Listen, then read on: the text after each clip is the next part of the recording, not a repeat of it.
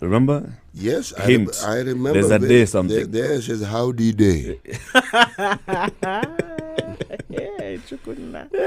Okay. Chukuna. All right, see, she has responded appropriately. So, howdy day is chukuna. Yes. And my response is, well, chukuna to you as well. Wow. Chukuneta. Howdy day, Ndu? Good Lord. I'm trying to teach you guys. But How dare you? The conversation day? must continue clearly because How you day? I did, Jerry. How buddy? I day. I thank God. We give all the glory and honor. Here we go. We thank God. Clearly, you're doing well this morning. Very.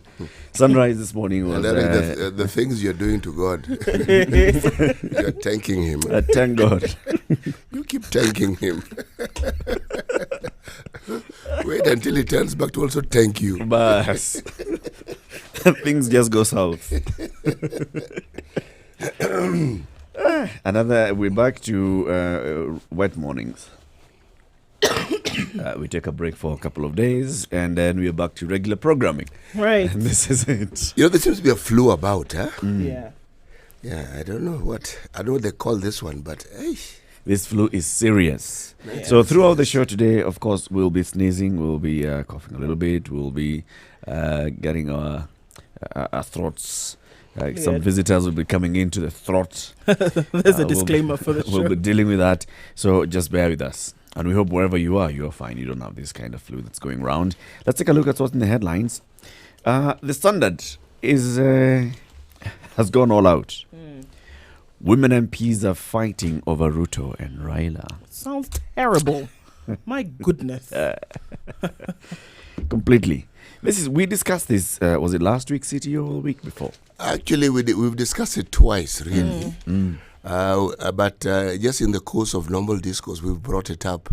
But it's something that we have actually talked about in detail. Yeah. And probably what the implications. Yes. And now it is out.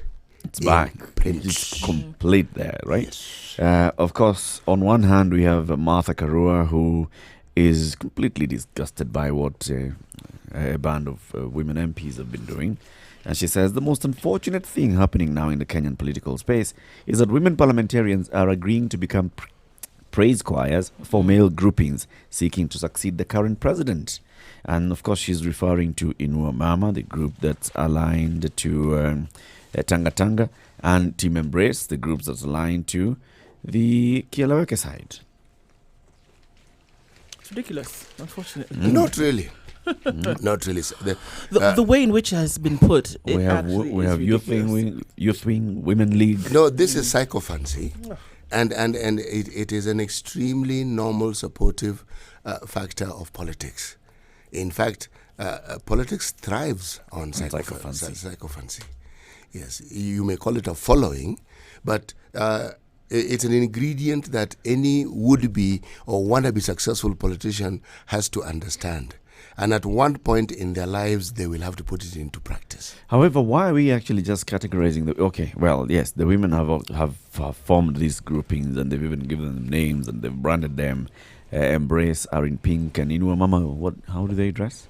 There's purple and pink. But let's not forget that even the male MPs are doing this exact same thing. But Eric, don't forget that we've never in the history of our parliament have this number of women in the August House. Oh, yes. We've never, ever. So in the past, their voice would just be swallowed up and... there'd be a few. Exactly. In fact, if you remember, the one time we had a very, very significant female MP there was a religious lady from the Nyandarua area who believed in solving many problems by prayer. And if I record correctly, every time she would stand to speak up, men would dash out of the room. Yes. She was known to speak some fairly unpalatable truths that people didn't particularly want to hear. But we didn't have these numbers. And it's also strange that women are doing something that men have been doing for the longest time. Yeah, indeed. What do you have, Ndu? Well, arrests loom at KPA over 2.7 billion shilling scan. Managing Director Daniel Manduku and team of senior managers could be charged in court over contentious procurement deals at the parastatal. A few weeks ago, we kind of had the conversation about, KPA now being the poster child for parastatals in the country. Unfortunately, the bug of corruption seems to have bitten. Oh, we were mistaken. Or maybe we were mistaken, or perhaps it had not come to the surface, but here it is. Investigators allege from the Makongeni yard, where 500 million shillings was sunk, is owned by Kenya Railways, and that although KPA had intended to purchase the plot, the deal collapsed, but the 500 million shillings never came back. Mr. Manduku insisted that he has the Kenya Gazette notice that gave the land to KPA.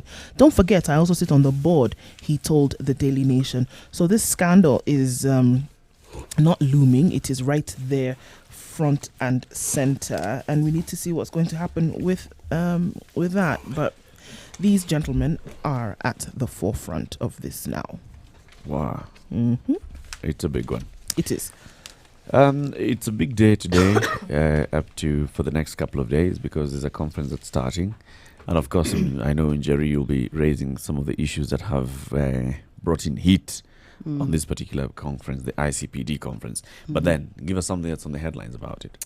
Well, it's a summit to bring together governments, women, young people, UN partners, civil society and private sector to advance implementation of their programs. So it's to do with the population, but they look at sexual health. And one of the contentious issues around this is the fact that homosexuality will be discussed, and that's what I'll be talking about today, legalizing or decriminalizing homosexuality. There's a number of different groups that also have not been allowed to participate, and they're claiming that there's discrimination. They're not being allowed to participate because, of course, of their sentiments, anti-gay sentiments. So it's interesting that they're now complaining of discrimination themselves. They haven't been allowed to participate? Yes, I'll go into it in more detail, but you have a lot of church groups that are against this. But it's worth noting that the Catholic Church has not gotten involved in this discourse, and I think that's a pivotal move. So we'll be discussing that too, the illegality in the criminalization of homosexuality in the country. And when I talk about illegality, I mean the fact that it goes against the Constitution for it to remain in the penal code. But we'll be looking at that in more detail throughout the show. Crazy stuff happening in Nairobi. This county assembly drama was back on the streets of Nairobi yesterday. Ward reps were fighting over the position of the majority leader, deputy majority leader, and chief whip. Now, Nairobi County Jubilee MCAs are calling on the president to convene a Jubilee Party members' caucus to end supremacy wrangles at the assembly.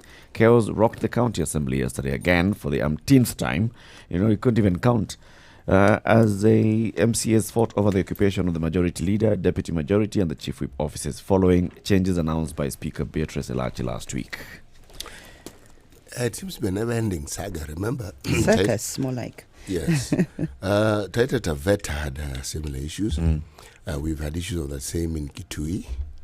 And if you look elsewhere, remember in Kisumu also had their bit with their speaker. Yes, exactly.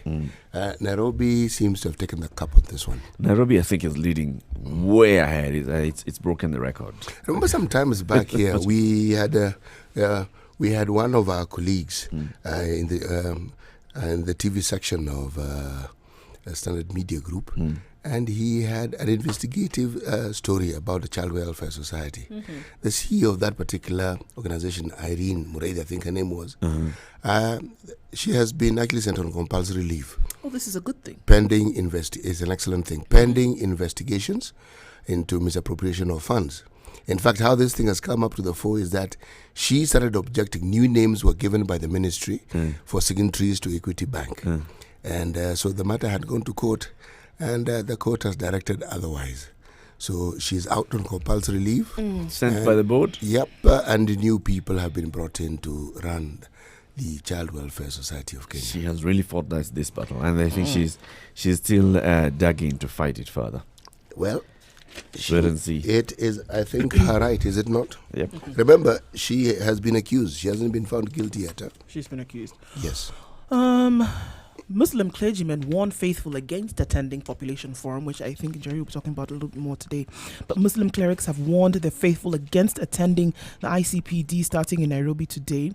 This came as Christian leaders from the Abba Gospel Church as well as Deliverance Church, specifically Mark Karaoke, who's the general overseer of the Deliverance Churches in Kenya, Stanley Mishuki, chairman of the Kenya Congress of Pentecostal Churches. They announced that they would participate in another event organized by the Kenya Christian Professional Fellowship at the Holy Family Basilica in Nairobi. The convention will climax with a March for Life protest through the streets of Nairobi. So it's bound to be an interesting day. So the Catholic Church is Catholic Church have said involved they have said they are not going to be involved in the ICPD, but they've organized another event that they will be attending. And this is the Catholic Church. Yes, Yep. yes. So it's going to be interesting to see. And moving on to Migori, Migori Governor Okoth Obado at the High Court in Milimani yesterday, during the mention of a case in which he is charged with the murder of former student Sharon Otieno. In an application to be heard in 2 weeks' time, Obado wanted his lawyer to withdraw from representing the deceased family, arguing that he had once acted for him. So that's another mess in the making as well. The case is coming up in another 2 weeks, and now the actual trial, not the case, is set to begin this month. So let's see what happens, because now there's a tussle between lawyers, who acted and who did not act for whom. The DCI, George Kinoti, is getting accused here by the Speaker of the National Assembly. One, because he has taken very long to investigate a case in which an alleged sex tape was being circulated by MPs. So, he had summoned 4 MPs, Aidan Kainan of Eldas, Abdi Hakim Mohammed of Fafi, and Rehema Jaldes of Isiolo, and Wangui Ngereshi of Kirinyaga. They were summoned in February over their alleged involvement. However, they have not recorded statements so far. February, we're in November, and they've been citing impediments which they do not elaborate. The Powers and Privileges Committee, which is chaired by the Speaker, Justin Muturi, put Kinoti to task to explain why it had taken his office more than 7 months to record statements from the 4 members. The DCI had written to the clerk in February asking him to facilitate the MP's appearance. The clerk declined, stating that the House had no role over what MPs do outside Parliament. The same position was taken by Mr. Muturi, who called on the DCI to carry out its mandate and question the MPs without involving Parliament. Now Parliament is asking Kinoti, why have you not done your work? Yes. Yeah. An alleged, sex tape being circulated by MPs, allegedly, about one of their own. And they have an issue with this, apparently. Speaking of what MPs have issues with, they probe a 4.5 billion shilling maize import scandal. The Agriculture PS fails, is one of CT's good friends, fails to produce documents detailing how billions of shillings were used. The Ministry of Agriculture is on the spot again over failure to account for 4.5 billion shillings of taxpayers' money used to import maize in 2017. He was appearing before the National Assembly's Public Accounts Committee yesterday. Rather, the PS now was appearing on behalf of the ministry, and he failed to produce relevant documents detailing how the billions of shillings were used. According to the documents presented before the Ugunja MP Opio Wandai-led committee, the 4.5 billion shillings is part of 11.67 billion the government spent to import maize in 2017 in a bid to cushion consumers against the high price of maize flour. So there's money missing. We don't have the documents. Maybe they're in the office. They couldn't scan them. We don't know. But 4.5 billion shillings cannot be accounted for. There's something that is a bit funny here in the Ministry of Education. So there are allegations, and now these are these. So allegations and reports that some students and a teacher had been hospitalized in various parts because of inhaling a highly toxic gas called xylene during their chemistry practical exams last Friday. The Ministry of Education, through the PS Belio Kipsang and also the CS Professor Magoha, have said this is rubbish. There's absolutely nothing like that. We have over 10,200 examination centers across the country. None of them has reported any incident of a teacher or student being hospitalized because of inhaling this xylene gas. So were there people hospitalized? That's the thing. How can it... How can it be a mystery that people have been hospitalized? Either they have or they have not. And you saw messages circulating over the weekend telling parents who have students who are taking the KCSE exam, watch out for your kids because it's a gas that's being used in the chemistry lab that's very harmful and dangerous. It's poisonous. And I don't know. I mean, this gas is not coming out at this point of the exam. It must have been used even during teaching. Where did the story emanate from? So the first report apparently was in Naivasha, and then there was another one claimed that one of the teachers at Rift Valley School was admitted at a hospital in Trans Nzoia County. Did they give details of the individuals who said had been admitted? So would this fall in the category of fake news? It appears to be fake news, or that it's the covering up of real news, one or the other. If it was a covering up, and when did this first appear? Well, the practical was on Friday. It wasn't over a couple of days. It's just Friday. Friday. Do you think by Saturday somebody would have said something? Yesterday was Monday, or are they waiting for tomorrow? Who? The ministry? The ministry said something yesterday. Yes, and they usually say a little more after they said the first thing, and no one has refuted what they're saying. So maybe they don't think it's a story after all. Probably not. We'll be talking about how we have all these cases of, disease. Cabs, toxic maize used in flour, a nation feeding on poison. This is page 8 of the Standard. Page 9 of the Standard, 4.5 billion shilling maize import that never was. 4.5 billion shilling maize import that never was. Basically, that's a lot of maize. How? How is it possible that we did all this? I think Seti will be looking at that. So, of course, there's all these stories of aflatoxin in maize and milk. Of course, we knew about the chemicals in meat a couple of days ago. We've seen a statement that was released by CABS cautioning, actually banning and ordering the withdrawal of certain batches of wheat flour and brands of wheat flour from the market, and saying there's infestation with aflatoxin. Big issues here that require answers and a deeper conversation. And let's get into that conversation. It's 18 minutes past 6 o'clock. This is The Situation Room. It's Kenya's biggest conversation. You're with me, Eric Latif. We have C.T. Muga, Jerry Thorne, and Nduoko. Good morning.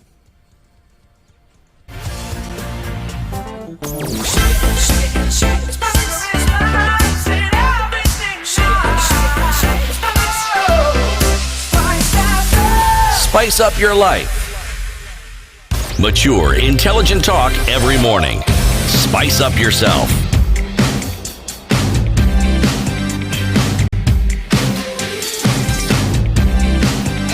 Mornings done right. 94.4 Spice FM, Nairobi. Good morning, and thank you very much for choosing this as your morning companion. This is Kenya's biggest conversation. It's a Situation Room. My name is Eric Latif. We are on Spice FM, broadcasting from Nairobi, 94.4.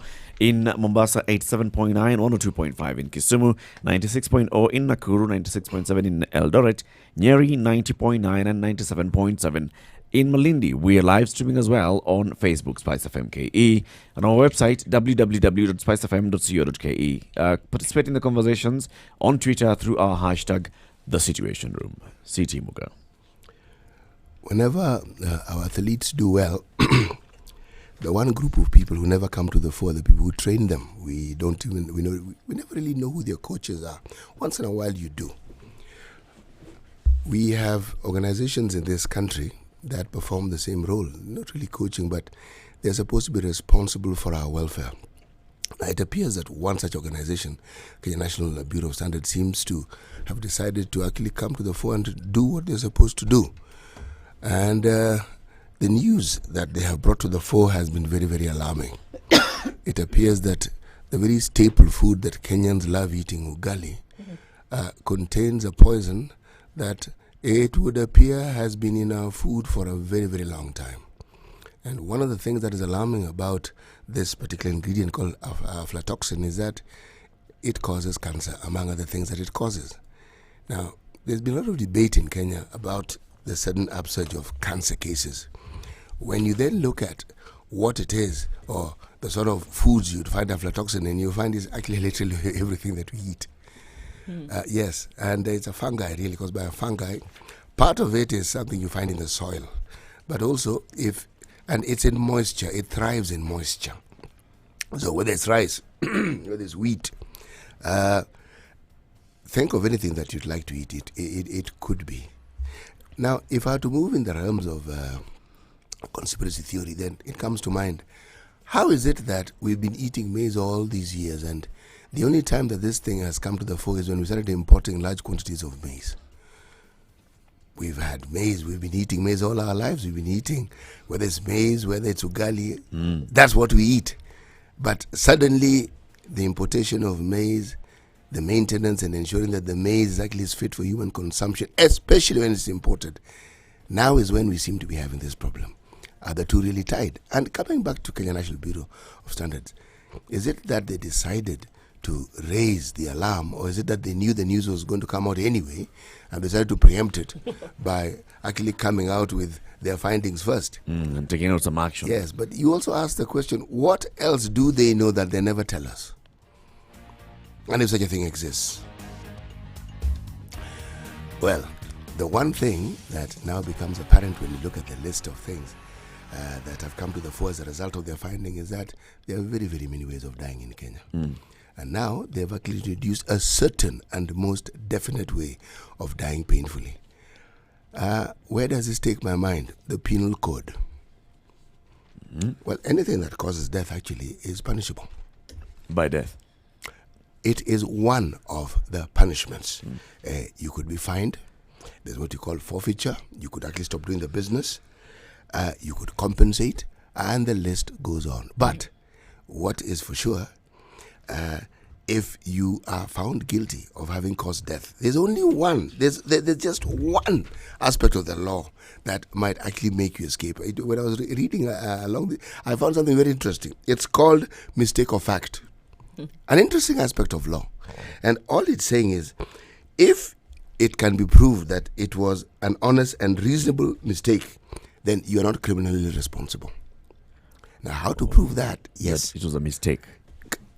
At the time you did it, it was honest and reasonable, and it actually was a mistake. Then you are not criminally responsible. It doesn't mean that you will not be charged, but the element of crime that would bring about some of these horrible punishments cannot be muted. But that's really not the subject of my discussion. That's just as a by the way to make us understand how it is that probably the law would look at this particular matter. My concern is this. From this report, essentially we are being told that we've been ingesting poison for the longest time possible. Longest time.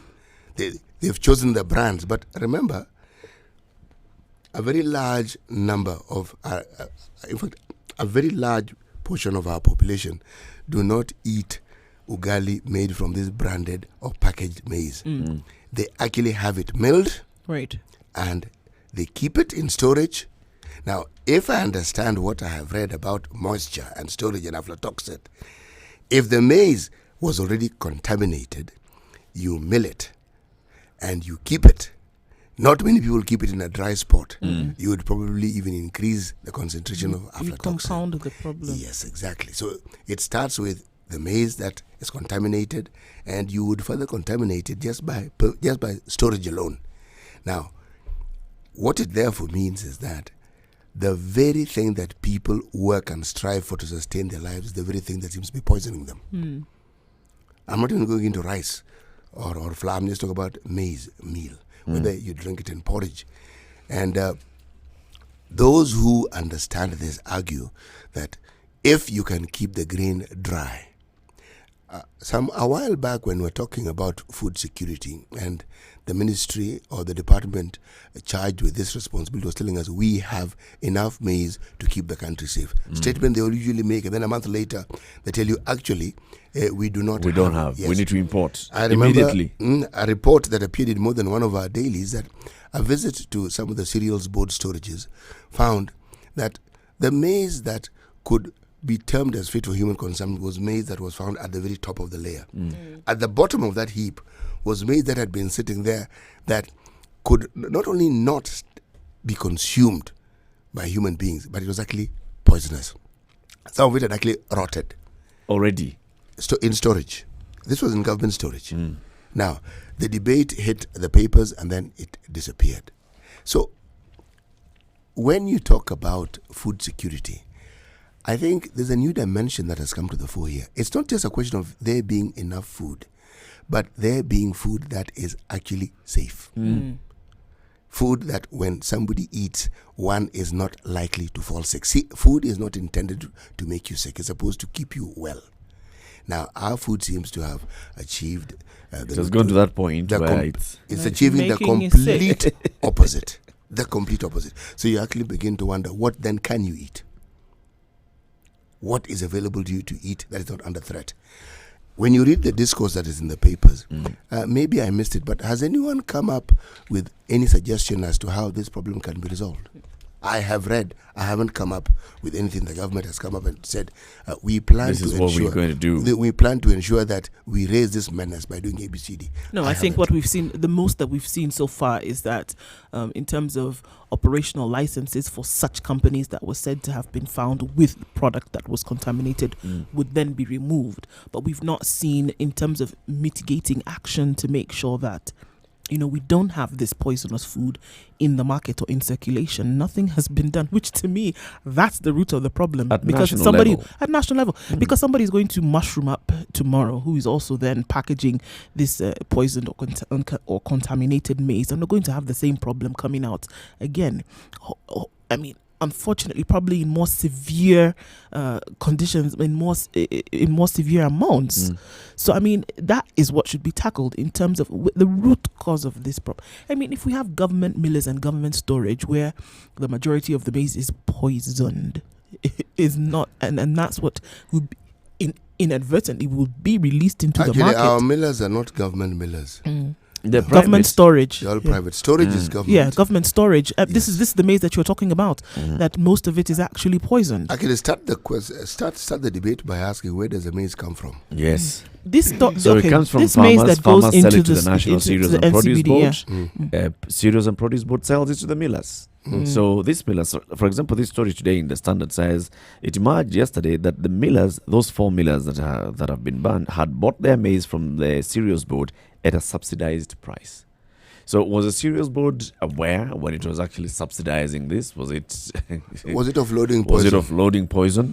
Had it stored poison? And how can the National Cereals and Produce Board, your job is basically that? Yeah, to make sure that you release the storage of standard, in terms of quality, standard quality product that then goes back into the market. But then storage. You have to ask yourself the question. It's not just storage. Even they the maintenance of it. Ascertain they mop up and that whatever they have is actually fit for human consumption. Yes, they have to.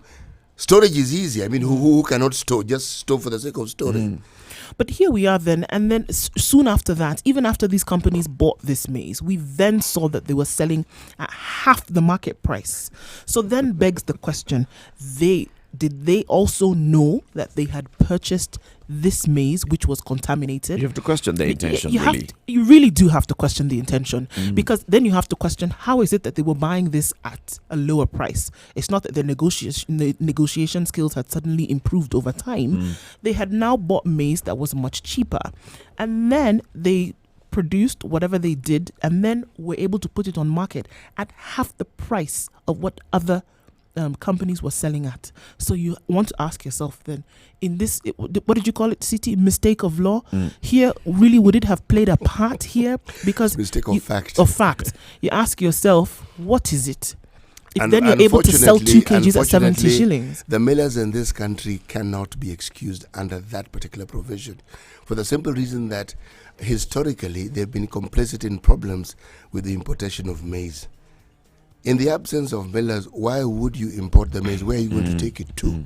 They've been complicit. And many of them have been found to be complicit even in the past. So this is not something that they're going to escape from, unfortunately. They knew about it. Yes. It also brings me back my memory to the politics of buying maize. So the farmers queuing at the NCPB stores and not being able to buy maize because NCPB was insisting on certain quality. And then politicians came in and said, no, farmers are here. Take up the maize and go dry it yourselves. Remember that kind of politics? let's also look at that as well, because, well, NCPB ended up, because of political pressure, with maybe maize that was substandard, and then they were not able to raise it to the proper standard. It's the situation from Kenya's biggest conversation. It's 6:30. Let's take a look at what's happening on the roads.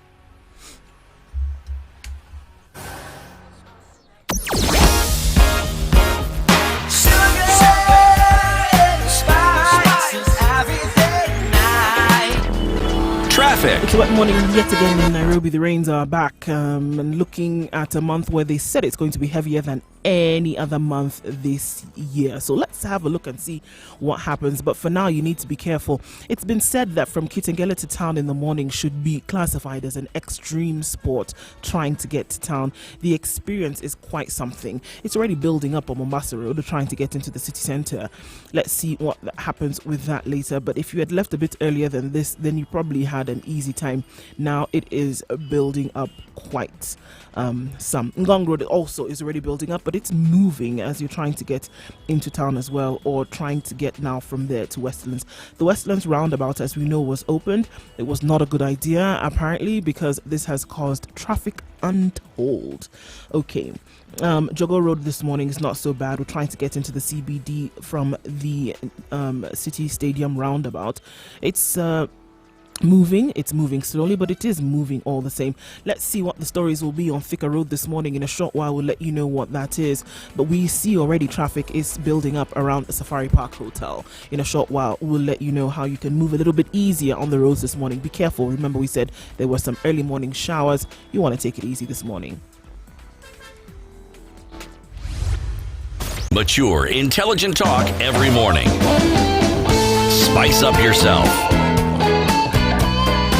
Mornings done right. 94.4 Spice FM, Nairobi. At 27 minutes to 7 o'clock, this is the situation room. It's Kenya's biggest conversation. We're looking at 1,000 ways to die in Kenya. One of them, sodium metabisulfite in meat, used excessively as a preservative in meat. Another one, toxic rice. In 2017, KEBS denied existence of plastic rice in the market. Well, and there were those talks of toxic rice. Carbon carbide, number 3. It was found that traders are using carbon carbide to ripen fruits, which a professor and oncologist at Kenyatta National Hospital warned is linked to cancer of the liver and the colorectal. Peanut butter. This also has cases of peanut butter with high aflatoxin. Now, we're talking about high aflatoxin in maize flour, in milk as well. Really? Anything you eat in this country could kill you. Unless you grow it yourself at this rate. Even when you grow it yourself. Now, it also garden. looks at, unless it's organic, because there's also the issue of pesticides as well. Pesticides that have been banned because they have been found to be causing, have some carcinogenic effect in the West, are still being sold in this country and being used by farmers. In fact, what is interesting, the correlation between cancer of the esophagus and with this food. And they say that of the people, last year alone, 4,350 people passed away as a result of this. You know, you hear cancer of the esophagus. Alone. Yes, just specifically. It kills more people than anything else. Wow.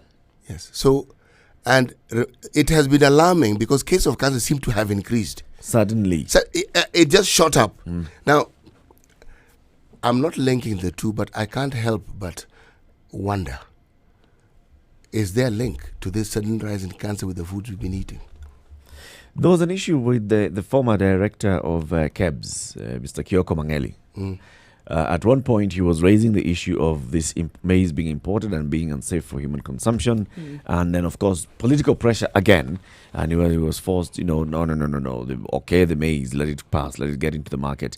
And Kioko Mangeli, at one point, he was so miffed. He actually said, in a couple of years, Kenyans will be dying because of cancer, because of what they're consuming. He had said so. Now, if all of this information is out there and we are aware of what is going on, we see the indicators and it is clear that there's a problem. When it comes to then regulation of this, and we know the different bodies that are supposed to be in place to either regulate, maintain, make sure that what goes out is fit for human consumption, then it's clear this is not happening. It's not rocket science at this point. We don't need some kind of investigative piece to be able to say, well, this is actually what is going on, and this is the timeline of which or how this maize or this milk or this this meat was contaminated. It is clear. This has been shown to us. We are aware. What is the problem? Actually, this particular saga is not even complicated. It gets more bizarre when you consider that the very maize that is the very byproduct of maize that is now being recalled, the maize that was actually milled had been cleared by the same cabs. Same maize. Same. And been given the standard. They would okayed. Fit for human consumption, mill it. But maybe in between that time of being given the okay and the milling, that's when the fungi would have grown on the contamination maize. happened. I think it's quite a difficult one to control. No, this, because there should be stages. I think at each stage, KEBS or whoever it is that comes and tests should come in. They need to put in an infrastructure. They do have the infrastructure. Jerry, it is so not. What do you reckon? It's foul play in terms of these people it's like you're suggesting that the maize was fine when they okayed it. Then when it went for milling, suddenly it acquired the aflatoxin. Is there no time, a storage period through which the maize becomes susceptible it isn't, to this fungi? It isn't the time. It isn't the time. It's the moisture. It's supposed to be kept. Maize, by its very nature, is supposed to be kept in a dry condition. Right. Dry. Now, the moment you store it and there's moisture, it will acquire aflatoxin. So I'm not standing in defense of KEBS. Let's look at the scenario. So KEBS gives it the all clear, this maize that was going to be milled, and in between the time that it goes to the miller and KEBS has given it the all clear. Well, in the custody of the miller. Yes, or whoever it might be. Before they sell it to the miller, perhaps. I'm not sure at which stage KEBS comes in and gives the maize the all clear, but there is a time lapse that allows for this contamination. So it becomes a difficult process. Otherwise, KEBS has to be there at each stage of the production of the maize. So from actual harvesting through to storage, through to selling to the millers, and then how much time do the millers have to actually mill this maize? They have to store it as well. So there's many different stages, and maybe KEBS needs to be empowered. Maybe they need more funding so that they can get involved in all these stages. So at what stage do you imagine that KEBS came in to actually ban this? At the moment, it looks like they came in right at the end when it was all packaged, because what they're giving us is labels and brands of what not to eat, which is they're worrying. Also supposed to be. No, but it's also, absolutely, also the end product must be tested. But is that to say they've tested all products and found that it's only these particular brands? And then you wonder in terms of bribery, could some products and some brands have enough money to pay their way out of these bans? It becomes very complicated. What complicates it is that even the millers themselves have an association. They're called Cereal Millers Association, and they have their own labs where they perform the very test that you're saying, that when they get this product, they test it. When it is milled, they test it. And they are actually contradicting the KEBS finding and saying that their tests do not conform with what KEBS is saying. So KEBS is being a scaremonger. Yes. We've had a number of different scares. So the guy here who's been accused is saying, no, what I have is fine. What I have tested here is fine. So we're bringing in now this whole issue. I think this is where the politics comes in. And also that conversation, when it starts going into, are there cartels that are fighting others? Is it a fight between the big boys and the small boys? Are the small boys taking over the market? And so are we trying to kill them? Because I have heard, when immediately that statement came out from KEBS, you expected the next thing to be, there's somebody who's fighting these small companies or these 4 companies. And it actually came out immediately. There are other companies here that have they tested all of them? And the questions that Jerry is raising are questions in the public domain. But also they take that direction of, there must be somebody who's fighting these big 4 companies or these 4 companies. Why now is the association saying our tests do not read what KEBS tests are reading? Actually, when it comes to some of these matters, it isn't a complete absence of aflatoxin. It's acceptable levels. It's the levels. Remember, this is a problem we have with food. Right now, as we speak, in the New York area, New Jersey, they have a fundamental problem, lead poisoning in their water. And that is from the piping system. Now, it is a big issue to the point where people are now buying bottled water to actually cook. Yes. It's a major issue. In Canada, the Vancouver area, it's been a huge issue. And it isn't the presence of lead, it is the acceptable levels. Now, they are arguing that per metric ton, you're supposed to have something like 1 portion of it. And they're saying that their tests prove that whatever level of aflatoxin is available in their product is an acceptable level. Now, And they are saying they'd like to understand the methodology that KEBS have used to determine this. In my opinion, it sounds to me like a fair debate. Why I think it is a fair debate is because if you are in the production of maize, you're milling maize, why would you want to sell something that can kill your business? Exactly, because you want repeat business, you want repeat customers. It's a lucrative business. Why would you want to kill it? And it's not as though the maize that you have access to other products that you can mill to give your consumers. Why? It seems to me if that it was open and clear testing that KEBS was doing, then they really should have no problem then opening up that kind of, or really at least showing the factors to which these tests were being put to. So open it up to us and tell us, what did you use to test? What levels were it that you were putting it up against? And let us know also so that we can now compare with us. There really should not be a problem with that if it was open and clear testing that was being done. And that information should then be made available, because I don't think it should be shrouded in any kind of secrecy. Because if it's food for public consumption and it's being sold on the open market, then, if you've tested it against 1, 2, 3 factors, then let us know what that is. And let us know what levels you found compared to what it is that we found. Because I'm going to assume that even the testing that they use in the Millers Association is something that is also, at least established against some kind of standard. The custodian of the standards. The right, custodians of the standard for the country is KEBS, absolutely. Right. But and they also have this. They also have their you own guys testing. as millers are testing. Yes. Now you should be testing, with the same reference to the same standards, because it's the same. So yes, it's possible that you guys are testing and finding differences, right? And it's also, I agree, it's possible that what you're testing and what we have tested has some difference.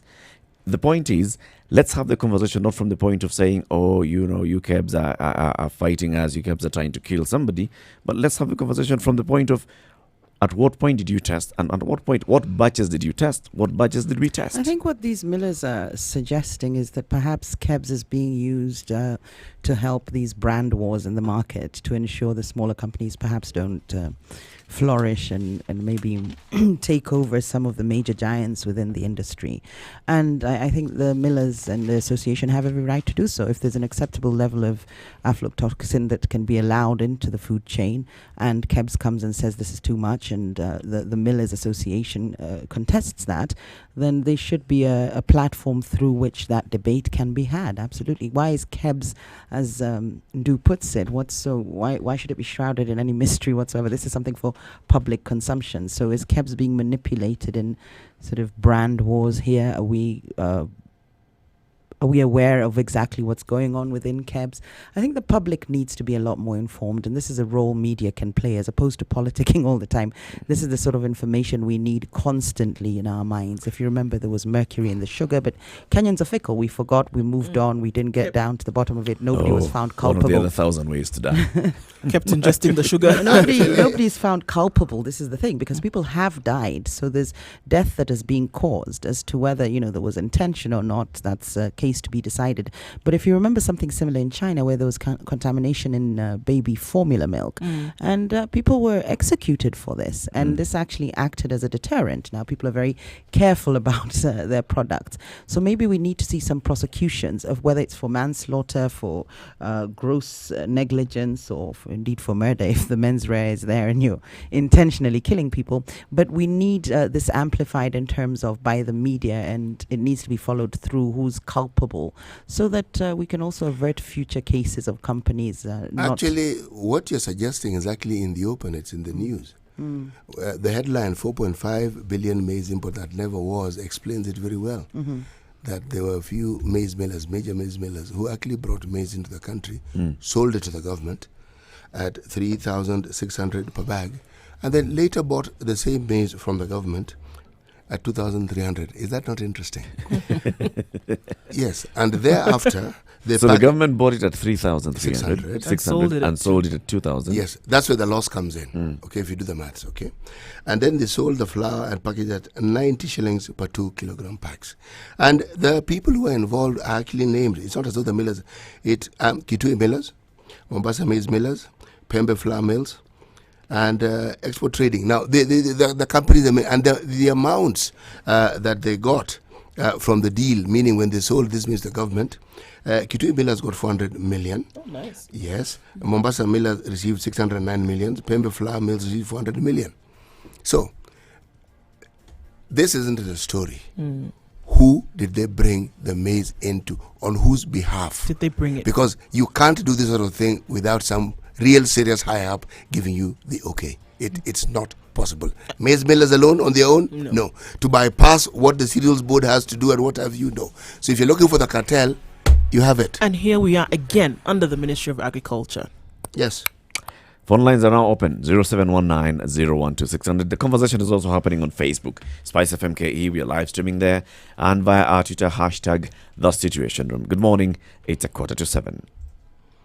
Sugar and spice and everything nice, everything nice. Spice FM. Mature, intelligent talk every morning. Spice up yourself.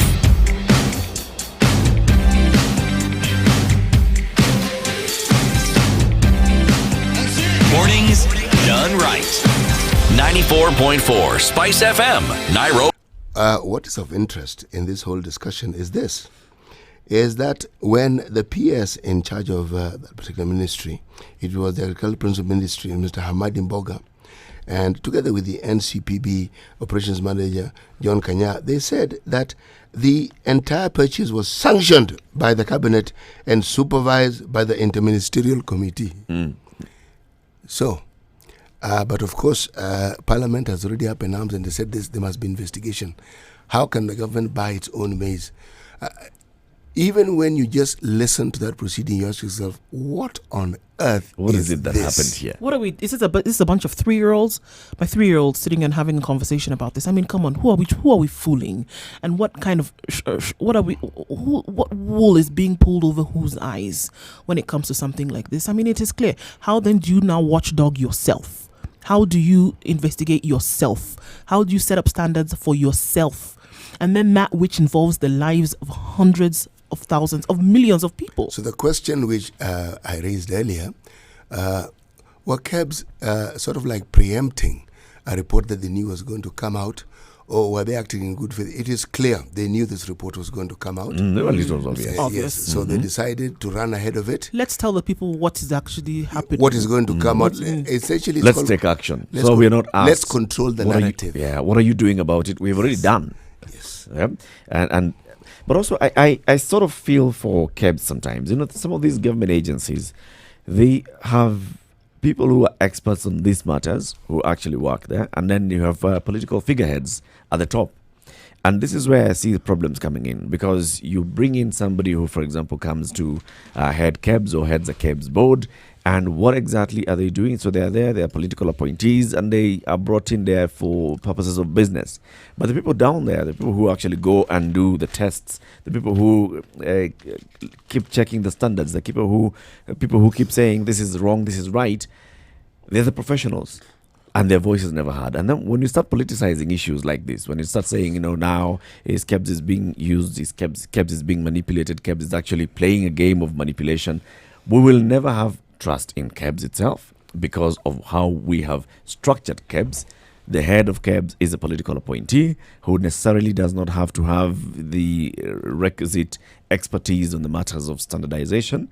And then But you'd be surprised. Things go south. You're actually right, because the people on the ground, the testers, the lab people, the people who go out and do this exploratory work, it's actually very, very professional. You go with your product to KEBS and get it and try to get tested and try to get yourself that little KEBS sticker. You go through a very rigorous process before they either deny you to put your product on the open market Or they give then you the diamond give mark. you the diamond mark. It is very rigorous. It's for months, and they actually test the stuff. They come to your premises of business where you actually, and they test everything, fine tooth comb with an earbud going through and picking up the slightest particle of everything. So in terms of professionalism, they're able to do it well. And you as this is another problem. You as the common man who wants to start a business where you feel that you're going to be able to make some profits, you go through the rigorous process.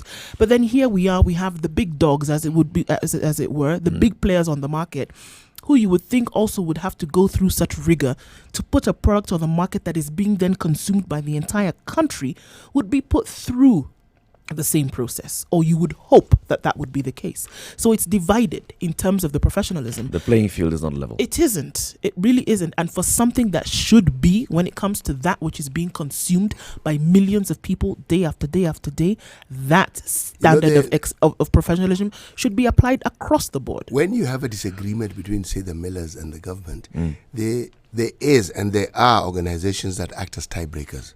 One of them is called SGS. Stands for Standard Global Services. Worldwide company, known for its probity, not questioned. Standards, yeah. And that's what they do. The very same thing that KEBS is doing is something that they do. Yeah. If one wanted to actually get to the bottom of it, one would bring an organization such as this one and tell them, please, why don't you wade into these waters and tell us what you find? And then you'd have a clear picture. But in every issue that the Bureau of Standards has been involved, they do not bring an independent. Have you read anywhere where they brought someone independent to say, okay, if you doubt our standards, let's bring in But someone. that's why I'm having a problem, CT. Yes. We should not have an issue where we're saying that this agency should have also another independent. Let's retest. And the same facilities. It's fine. SGS is running contracts with government, right? They do. It's a private entity. It is. You do not know what this private entity does. This is a public body. This is a public institution. Unless you're saying that the equipment that we have at Kenya Bureau of Standards is not sufficient to actually get It's not or the equipment. expertise Oh, is they not have enough. the equipment. Then they come, have the equipment. come all of you. Here is the batch that we used. This is it. Bring it. Let's test again. If you want us to Do you test, know surgical why C, people bring in other players, people who say have international reputations? Our KEBS doesn't.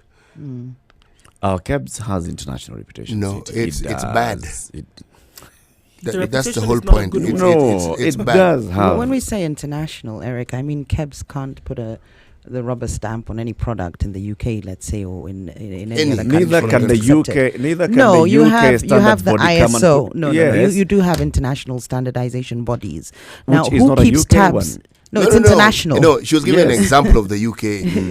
Okay, let's say KEBS can't go. Argentina. Okay. Right. But you do have ISO, for instance, for different global standard practices or standards that are accepted internationally. So ISO is accepted internationally. Now, who actually keeps tabs on KEBS? Who is there an oversight body that KEBS then belongs to? That's what I would be very interested It in. is. In So finding KEBS out. is part of the global standardization bodies, all right? So every, the ISOs and such are global standardization bodies, and the national standardization organizations are actually members of that, right? So yes, it does have that whole kind of global accreditation and global lineage. So when a KEBS, a product has been certified here, it can go into other markets and will be accepted because it has a KEBS standard. No. Yes, it does. No. Yes, it No. does. That's why Kenyan, KEBS not for Kenya? Kenyan flowers KEBS is for have been Kenya. tested. Yes, but also because No, of it that. would have to be tested. You'll find different countries and different borders have different standards. So you'll find there's some countries who KEBS means nothing to them. KEBS is not internationally Kenyan. recognized and accepted. What is internationally recognized and accepted is now ISO, but you'll find the EU themselves also have different standards. You'll find people in Europe won't buy anything until it has the EU rubber stamp. So KEBS, in terms of that as a rubber stamp It's for on an Kenya. international platform, no, for Kenya. And that's why you have a lot of I'll like, urge the you- flower farms that we Sorry, have, and we like the just don't vegetable, continue with this and like the conversation. vegetable I'll urge you to exporters that actually we. dig deeper into that. Okay, let me give On you the some. Let me give you an standardizations and how they example work. for standard. I'll give you one example, and something as simple as French beans. And the people who export French beans from Kenya to Europe, for example, there is a European standardization mark of quality that they must have Yes. before they are then accepted then to be able to import now those goods or Yes. export them from Kenya. Yes. The measure that they use is not the Kenyan standard. Of course, do you the not see measure the conflict? the measure Kenya that would is always used put the rubber is stamp. the European standard. Yes. And if it doesn't meet those standards, they can even get into Europe, but then they will be rejected. Yes. Okay, so now they make Similar sure that things happen. they to make products, sure all they- products that come to Kenya. You see that we had an issue with edible I'll oils the other give you day. another example. Edible I took- oils the other day, those things had been tested at their country of origin, but they come to Kenya and they have to be retested. That's the whole job that KEBS has to do. It has to retest. And we're not disputing What we're talking that. That's about fine. is their Yeah. collaboration between Kenyan standards, the Kenyan I think standardization KEBS body, has to live up and to certain others. standards. They have to do Yes. things within a certain framework. But having said that, KEBS is by no means accepted as an an international standard. You see, you'll find, because otherwise, if we were exporting, what I'm actually things, arguing, maybe here is how we are priming this conversation. That saying that KEBS is not recognized anywhere. KEBS is so bad that if you went with to say KEBS in any other country, they tell you no, we don't know that. That's not the case. It is. It is not the case. It is not the case. I'm sorry, KEBS Eric, means nothing in Europe, to be honest. Eric, when you have stories such as the one that we're discussing here coming up, who is going to trust KEBS? Let me give you an example, very clear example. Something like tea that comes out of Kenya, fantastic, known the world over. I took tea and said, okay, let's see how we can import tea into Nigeria, because the tea in Nigeria that is produced in Nigeria is very low standard. And we said, okay, let's see how we can, start something where now you take Kenyan tea and now have it being sold in Nigeria. It still had to go through NAFDAC. Still. And this is world-renowned tea, isn't it? And it has passed KEBS one company here has passed through the KEBS standard, but it goes into another country. We're not even talking about Europe. Here in Africa, it has to pass through NAFDAC and goes through that whole rigorous process again, making sure that it passes their own standard.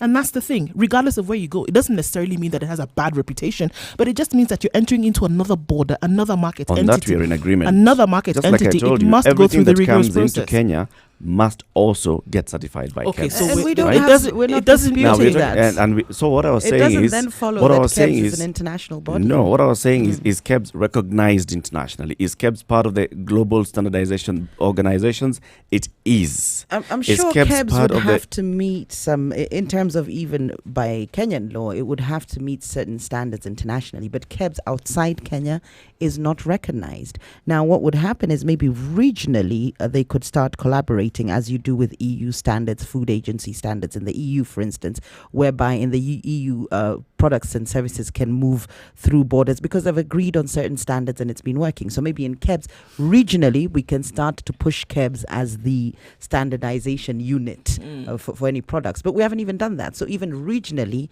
KEBS means nothing.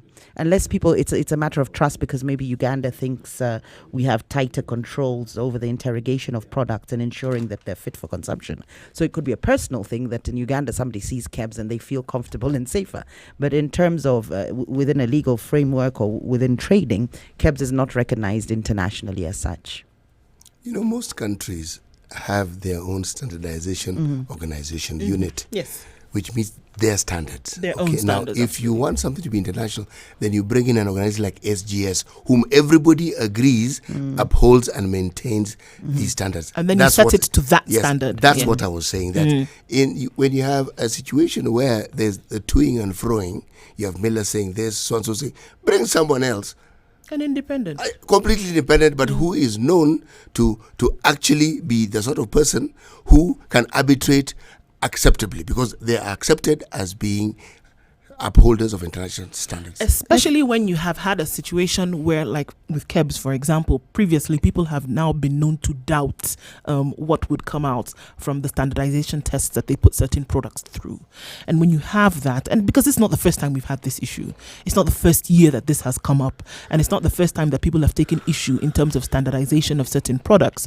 So I would say that would be a fantastic idea. So where you're bringing someone independent to say, okay, based on the standards that we uphold, and even regionally, globally, as a block, whatever it would be, hold them to that standard and then see how people would be satisfied. Indeed. 0719-012-600 is the number to call in and have your views on this. Plus also you can contribute on Facebook and Twitter. Facebook page is Spice of MKE. We are live streaming there at the moment. And also our Twitter conversation is happening via our Twitter handle, Spice of MKE. And the hashtag, as always, is the Situation Room. This is Kenya's biggest conversation. It's coming up to 7 o'clock. Well, what do you think? Is KEBS a good body or is it not? And how should we be handling this issue? Good morning. It's 7 o'clock.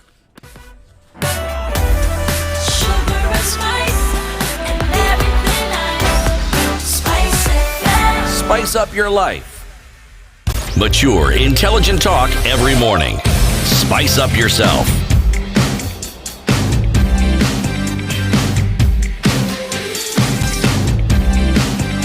Mornings done right. 94.4 Spice FM, Nairobi. Traffic.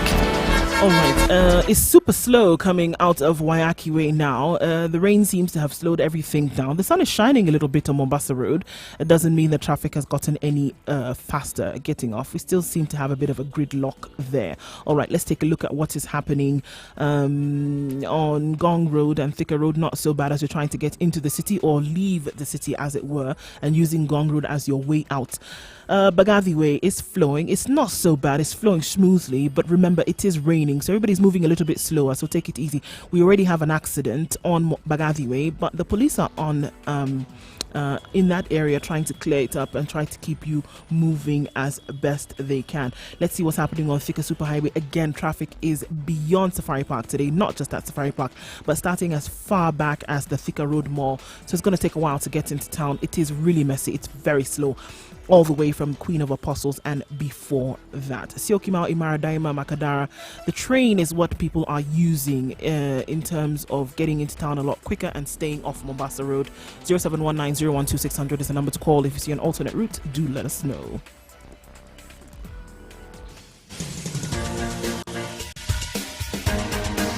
This is The Situation Room, the home of hard-hitting political commentary and penetrating insights about the state of the nation. This is a talk radio experience like no other. The Situation Room, a place for hard truths, debates, and elevated conversations. The Situation Room, witty, political, engaging, deep, controversial. In the room, we have Jerry Thorne, lawyer, political strategist, an insider in the corridors of power, ready to take on any side of the debate with her signature eloquence and grit. C.T. Muga, researcher, academic, seasoned political observer, a fountain of wisdom in these politically uncertain times. Ndu Oko, Nigerian by birth, Kenyan by choice, communications expert, Pan-Africanist, a truth seeker and believer in people power, and Eric Latin, agent provocateur, the man in the chair, seasoned journalist, news hound, a man who believes in punching up, not down. This is The Situation Room, the only way to start your day. Mercury in sugar, aflatoxin in maize and milk, sodium metabisulfite in red meat, everything else. 1,000 ways to die in Kenya. And we have this story now that's even emerging that KEBS had tested, and then we're now seeing the Millers Association disputing that and saying, no, what you have tested and what we have tested is different. And City Muga is saying, well, why don't you just bring in a third organization then to be the arbiter? The tiebreaker, you called it, right? Yes, I said the tiebreaker, but the interesting twist to this story is where it started. I mean, you're talking about, remember there was a saga of maize from Mexico? Yes. Well, that was the explanation that was given to maize that the millers sold to the government and then later bought the same maize from. It is funny, yeah? So Yeah. what? It was Mexican maize? It was, there's nothing of that sort. That was just the explanation. Whenever you have a situation that involves maize, the story is it's always convoluted. But what doesn't come to the fore is, why then do you have this chain? You have government, you're being told the cabinet knew about it. You're being told the committees that deal with these things knew about it. Then you're being told KEBS got involved. So if you understand the chain, then you get the impression that KEBS were actually supposed to just rubber stamp it. Right. Exactly. So, if it comes from that high up, yes. So, who really, if you notice, I have been slow to point a finger at KEBS because they're a government agency and people who head KEBS are government appointees. And if you're a government appointee, usually you are appointed with an understanding that you know who your master is. And the master comes calling and says, this is what we need done, that's the agenda you push. And that's the ring that you kiss, essentially. Yes. But then, how then, because then it just seems that, again, echoing the words of, last week, when I said, then it is true that then the country seems to be in the hands of a few. If even the food that you eat and that which would essentially kill you then is dictated by a few, only a few. In countries where they've understood that somebody should be allowed to die, say for instance, if you have you're terminally ill and it is there's nothing you can do about it, there's no cure, all right? You then even have a policy which you have with you. So that when you have, say, you fall and you suddenly have a heart attack or whatever it is, it's called a DNR, do not resuscitate. Right. Okay? So they should allow you to die, because keeping you alive amounts to now torture. Yeah. Because the condition you have is debilitating, it's making you unwell, and the end is known. There's no two ways about the end. So I'm actually aligning this to what we are in Kenya. So are we in a situation where the citizenry is terminally ill and we actually don't know it? What? Yes. And are the leaders who are supposed to protect us actually leading all of us to our death through the food we eat? And Knowingly. we're silently eating Knowingly. it. And we're willfully. silently And eating willfully. it. So if they're doing it knowingly and willfully, and now when information such as this comes to the fore, so then we continue to ingest knowingly, willfully, silently, continually ingesting, not in the literal, not only in the literal sense, but also then ingesting everything else that comes along with that, and then we're killing ourselves, and we're not saying anything about it. If you take this matter to say and you put it in the ray of light that our constitution provides, our constitutional rights have been infringed upon every which way you can think. And it's by the leaders we have elected to actually protect us, and who themselves have taken an oath of office to do precisely that. And now with this sort of news, what we're saying is that they're doing the complete opposite, willfully. Willfully. Knowing exactly what they're doing. Yes. So our leaders are actually killing us. I don't know, you've stretched it a little bit there, and it's a lot of conspiracy. Maybe negligently so in ensuring that, or not ensuring that foods are up to standard. But in terms of actually trying to poison us, with the intent of killing us, I wouldn't go that far. If you take profit above welfare, what are you doing? It's willful. You've made a decision.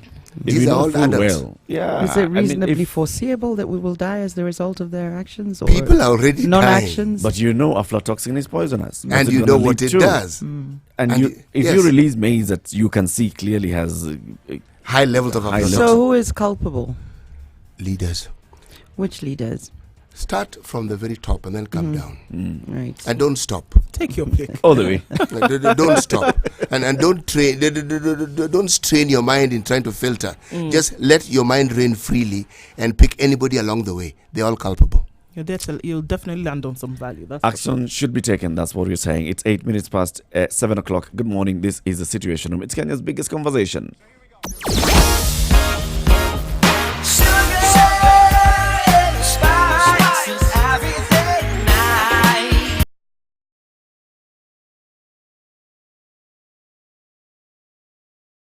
Mature, intelligent talk every morning. Spice up yourself.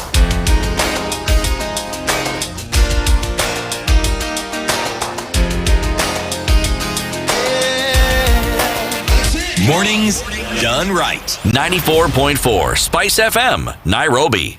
We broadcast in Nairobi on 94.4, in Mombasa on 87.9, 102.5 in Kisumu, 96.0 in Nakuru, in Eldoret we are on 96.7, in Nyeri 90.9, in Malindi we are on 97.7. We live stream this show every morning on Facebook, Spice FM KE, on YouTube, as well as our website www.spicefm.co.ke. Please participate in the conversations by posting your comments there. Also joining the conversation via Twitter hashtag The Situation Room. It's 9 minutes past 7 o'clock. a couple of weeks ago, actually a month ago exactly, on the 8th of November, on the 8th of October rather, Ariakana Chihombori Kau, who is the former US ambassador for the African Union, was sacked, or let's say, to put it more politically correctly, she was relieved of her duties. And it was widely said that this was because of the sentiment that she in no secret terms expressed about her dissatisfaction with the way former or even current colonizers like France were treating African countries, and the fact that small economies then were not being given the opportunity to thrive because of the neo-colonialism that was being vetted upon these countries. And she said it in no uncertain terms, time and time and time again. Basically, every time that she was given a platform to speak publicly, this is what she said. We had the conversation here, and we talked about the fact that she was relieved of her duties, and we felt that the African Union was not holding its sway in terms of what it should do for an African bloc of countries. We then had a conversation a few weeks later and we talked about the fact that neo-colonialism is happening right here before our eyes. Now, with a combination of the two, even after the relief of her duties, Chihombori is not silent, and she goes on to say that, look, if we continue to allow what we see France meting on countries that were former colonies of theirs, what we see today is neo-colonialism, and what we see is the further perpetration of poverty in economies that are already dwindling. Those that are suffering from dire economic straits are going to go even deeper into those situations if we keep quiet and allow the common day pilferage of their resources. What happens in former French colonies, specifically those of Guinea and Mali, is that the foreign reserve is not stored in country, but it is stored in France. And this is actually a directive that was signed upon for 8 other French West African countries by France. And this continues to happen. So 85% of the foreign reserve is actually domiciled in France, and they still use the common currency of the CFA.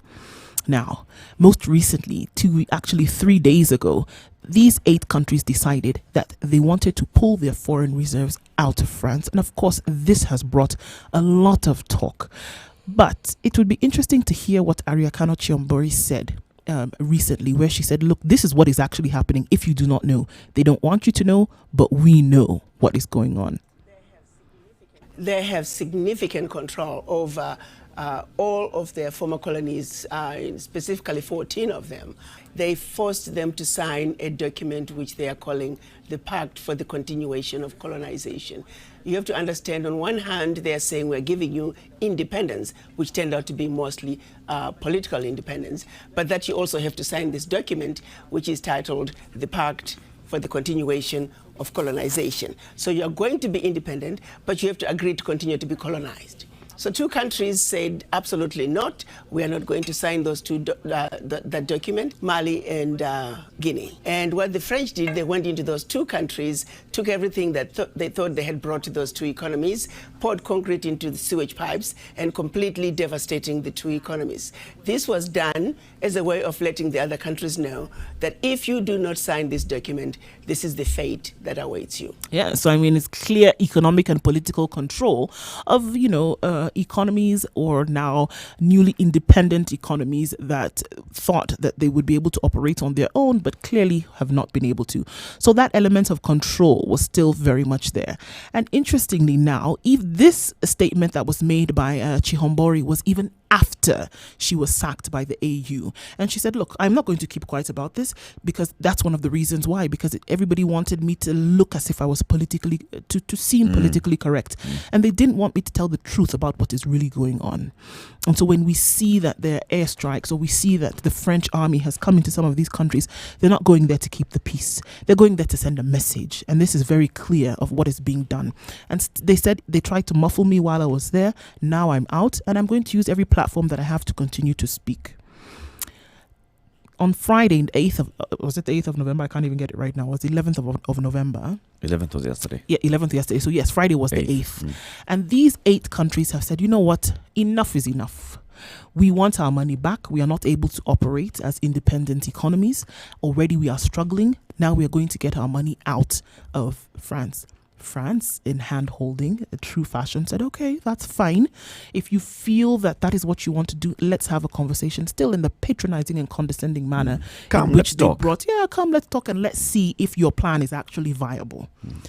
But the control element is still there. And I am saying that, you know what? The neo-colonialism that we see, that is clearly rife and clearly present on the continent now, is going to continue to happen if people don't open our eyes, if we don't have these conversations and talk about the fact that this is happening, and say, you know what, countries need to be very clear about where it is that they want to go. It's taken them a very long time to be able to say, look, the only way we can survive is if we get the money which belongs to us out of these reserves which France has kept, and to be able to be bold enough to say and maintain our own state sovereignty. And if we continue to be complacent, and if we continue to be non-deliberate about some of these things that we do, we're going to continue languishing in poverty, and the development agenda is not going to be lifted in any way, shape or form. So when they get back this money, are they also going to get back the money some of their leaders have stored away in some of these so-called foreign countries as well? oh, that would be interesting to know whether they're going to go ahead and do that. But, it's very clear that they felt that they were arm twisted into sending away. Of course they were arm twisted. Into sending away and this money to France. of course they were arm twisted with the compliance of their leaders. Yes. So even as they're voicing these things, one of the reasons why countries like France can be so complacent about even the whole affair is because they know that they have an understanding with the leaders. So this conversation is going nowhere. The voices of dissent may continue as they see fit, but they know very well that nothing is going to happen. Part of the reason why colonization worked even from the very beginning, or even slave trade, was because they were working with locals. There are people. There's no way a European would come all the way from Europe and know exactly where to find Africans to ship out of Africa. Some local had to be involved. We've seen some resistance to the sort of French continued colonization or modern day colonization, with Kagame, for instance, dropping French as the formal language. I think that was very symbolic, to say the least. In terms of military presence, France also, I think in terms of in Africa, has the biggest presence. But I think China coming into play, whether it's economic relations that we have with them as Africa, it actually creates a threat to the French colony and French interests here. So it's a good thing sometimes when people talk about our association with China and how it might actually be exploiting us further. We do actually get an opportunity to leverage, and it's people we can turn to. When I say we, I'm talking about us as Africans. Now, sadly, the only organization we can turn to that brings us together as Africans is the African Union, which paradoxically is funded by a lot of European countries. France, I'm sure, has a vested interest in the AU. So long as we're being funded by the West, we can expect them to exercise an element of power over us. And they will start wars. There's currently a war in Mali because of the French. So they will start wars. They will maintain their political, economic, and military interests. These are nations that are intent on remaining powerful, and Africa is a perfect playground for them. Who's leading this new charge of let's get our money back? It's the president of the Benin Republic, and he made this as the 8 countries now are known as a consortium, and the president of the Benin Republic is actually leading this charge. He said, we've met as 8 countries and the we've president decided... of the what, sorry? The Benin Republic. You would say Benin, but it's Benin in French. Oh. So so let's just call it Benin for purposes of... Benin is actually in Nigeria. But so that's why you make the Benin Republic. Right. So, I mean, they've come together and they said, look, enough is enough, essentially. And we want to then be able to have control, and we are making this stance very public. Who's sponsoring him? I don't know, maybe these conversations. I mean, because like Siti was saying, so we have seen them trying to do this before. So they got it from 100%, 75% to now 50% in some countries, where 50% of your foreign reserves are in Paris, and then the rest you distribute to your other friends. It's kind of like saying, you know what it is? It's when somebody came to visit you, one of your aunties came to visit you when you were younger, and they gave you 1,000 shillings, for example. Then your parents take 800 shillings, and they say, here, take 200, you do with it as you must, and we'll keep this 800 for you. We'll keep it for you. And then we'll decide what you'll do with it later. That's what we're looking at now. And in fact, even that 200, you can give your brother 10 bob. Yeah. Can give your it sister steps on 50 state bob. sovereignty. You can't make decisions for yourself because in terms of a democracy, you're not really, or even an independent government, you're not old enough to be able to handle it yourself. Who are we speaking to? So where I was heading with that question is we've seen it fail before. And this particular time, we have one leader who's standing out very strongly, to speak about it and saying, let's get this push, let's have this thing happening. And France doesn't seem moved. France is saying, it's okay. That's what I'm saying. And President Macron was speaking with students in Burkina Faso, and he said to them, students, he did not even bother to speak to government officials, to talk to any in terms of an entourage or people who came to see him, students at the university in Ouagadougou. And he said to them, yes, we understand. This is what your government is trying to do. These are what your leaders are trying to do. Let's see how it plays out, really. And that's the kind of conversation he was having for them. No respect for state sovereignty whatsoever. And in terms of, okay, yes, clearly, just as you said, we've tried it before. We don't see how it's actually going to play out. The condescending way in which they still deal with these, it's like the little kids playing in the backyard, and we'll sort them out when we can. Because they know they've got the power. They are running this narrative. They are completely controlling this narrative. So who is it that is is helping them? Who's on their side? The French side, so for instance, and who's on the Well, on I mean, the there's what are they calling themselves? Consortium? Yeah, it's a consortium of 8 West African, Yeah. French West African countries. Those 8. Who's on their side? Who's fighting? Who's fighting on their side? Well, there's power in numbers, as it were. So in this case, looking to come together and say, this is what we demand as a bloc, because, for them, the pact was signed at the time of independence. The pact was signed then to say, even if you will receive your independence, you will still continue to get. I do not know who these people were who signed this pact at this time and what it is that they were thinking or how they thought that it was going to play out in the future. But it seems to me that it was, for lack of a better word, quite a dumb thing to do. Do you think, for instance, that other countries that practice colonialism on this continent are doing anything different from the French? Absolutely. I mean, in terms of, let's say, military presence, you can see the French, their presence is quite well felt. They've got the biggest presence in Africa. Not to say that we're still not colonized in terms of maybe soft power, the language we're speaking at the moment, the ingestion of culture from the West. But the French are notorious for having retained some of their colonial policies. We've given the example of the reserves. A third of the reserves must be kept in French banks. It's almost like the French are saying, pay us back for having developed your country. So there's almost reparations that these former colonies have to make to France. So I think, first of all, in terms of military presence, you don't see the same in formerly British colonized countries. You don't see the interference from a military position. I mean, the French claiming in the guise of fighting jihadists, these guys, there's airstrikes and so on in these former colonies. In terms of Gaddafi, they're known to have been behind that. Of course, it's a conspiracy as to whether he was taken out by the French or by the West for his policies and boosting his country's economy and oil and some of his statements on gold. It's a labyrinth of a conversation there to go down the Gaddafi route. But no, the French foreign policy is definitely more aggressive than any other policy or former colonizers' policy. British, it's soft power, so you'll see them and you'll feel them, but they don't have the sort of hold that the French have over their former colonies. No, I think she's actually answered my questions.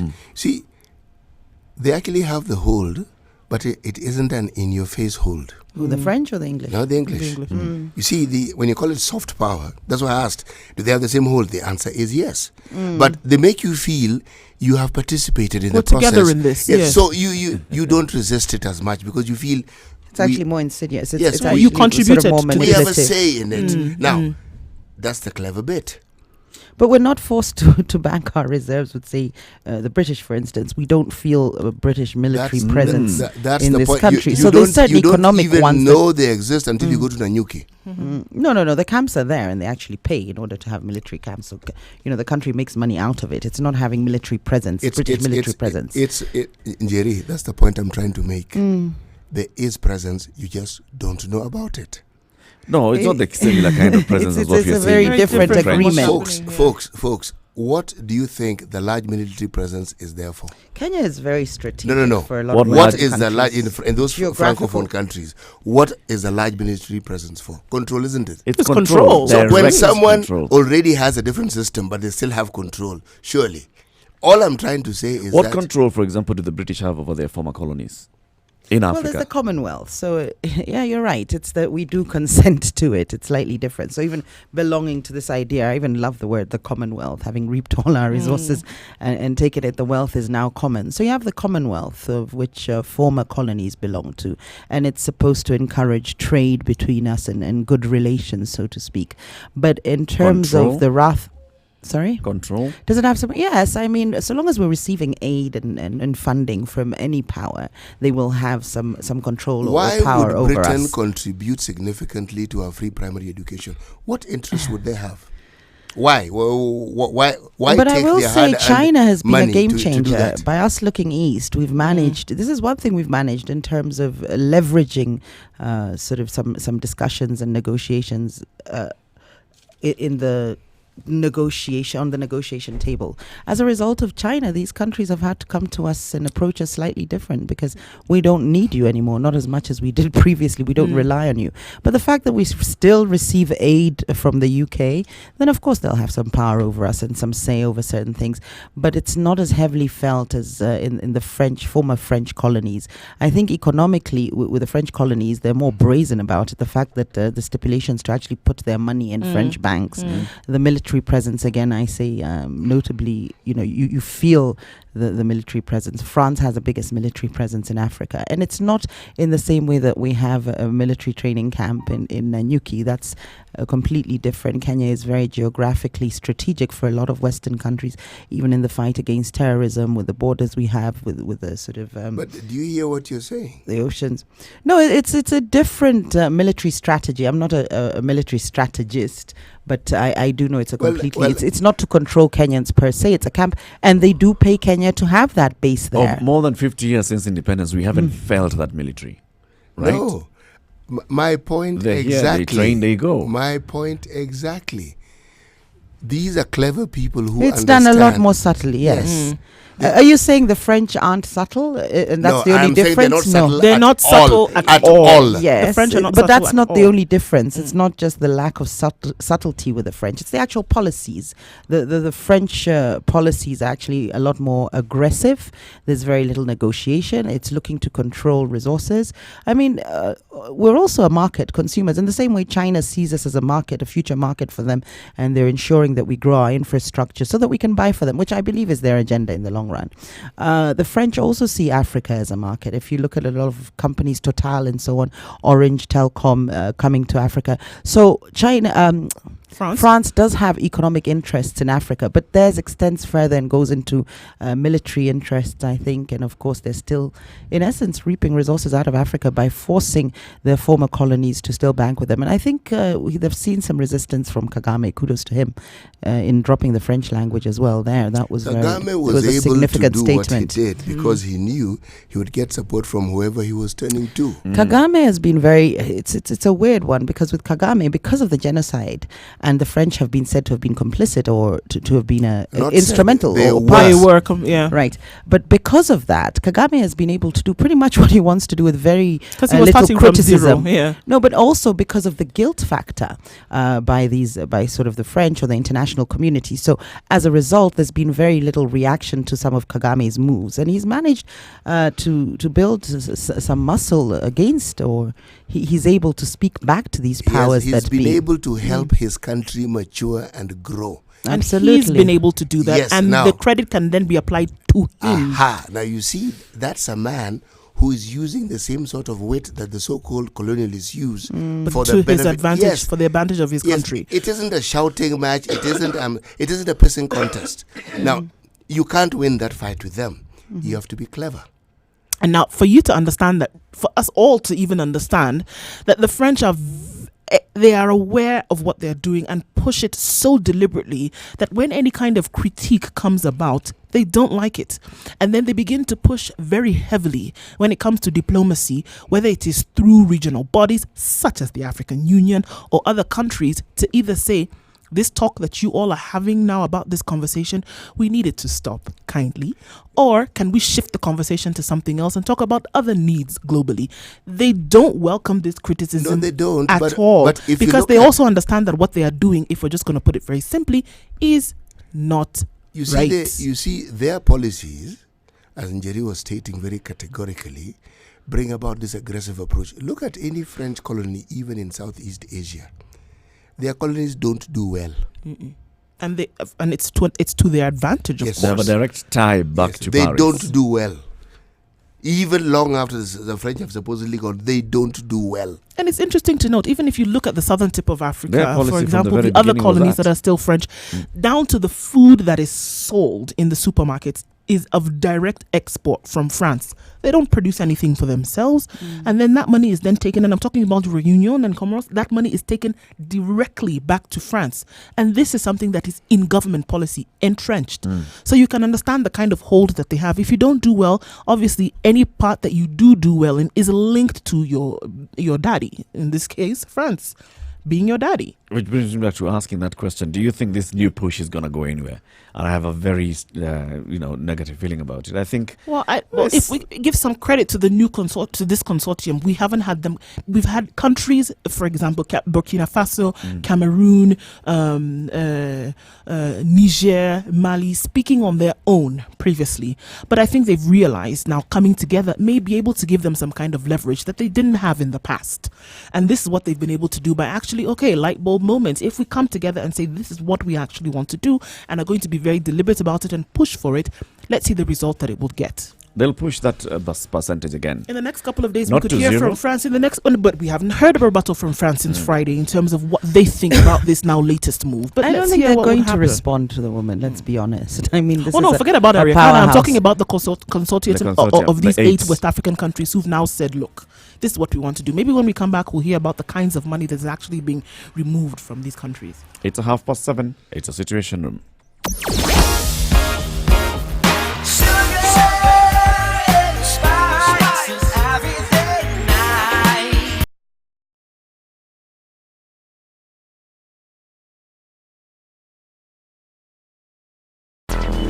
Traffic. Okay, there's traffic all the way past the Gateway Mall, and that is coming down on Mombasa Road. It's not happening, folks, not today. Traffic is not flowing smoothly. Uhuru Highway is a gridlock. However, traffic going towards the city is quite the story. Coming out of the CBD and heading then towards Westlands is not so bad. So you could just enjoy the smooth road for now if that's what you want to do. All right, let's see what's happening on Bagavi Way now. We still had that taking care of that accident that was there a few minutes ago. It's being cleared out. Wangari Maathai Road towards Museum Hill is bumper to bumper. Just gonna call it that for now because that's what it actually is. All right, we have traffic all the way as far back as the Thika Road Mall heading onto the Thika Superhighway trying to get us into the CBD. That is going to be a miracle if you get out in the next 30 minutes. For now, you're just gonna have to sit tight. It was wet, so people were taking their time on the roads this morning. Let's see how that pans out as the sun makes her debut this morning.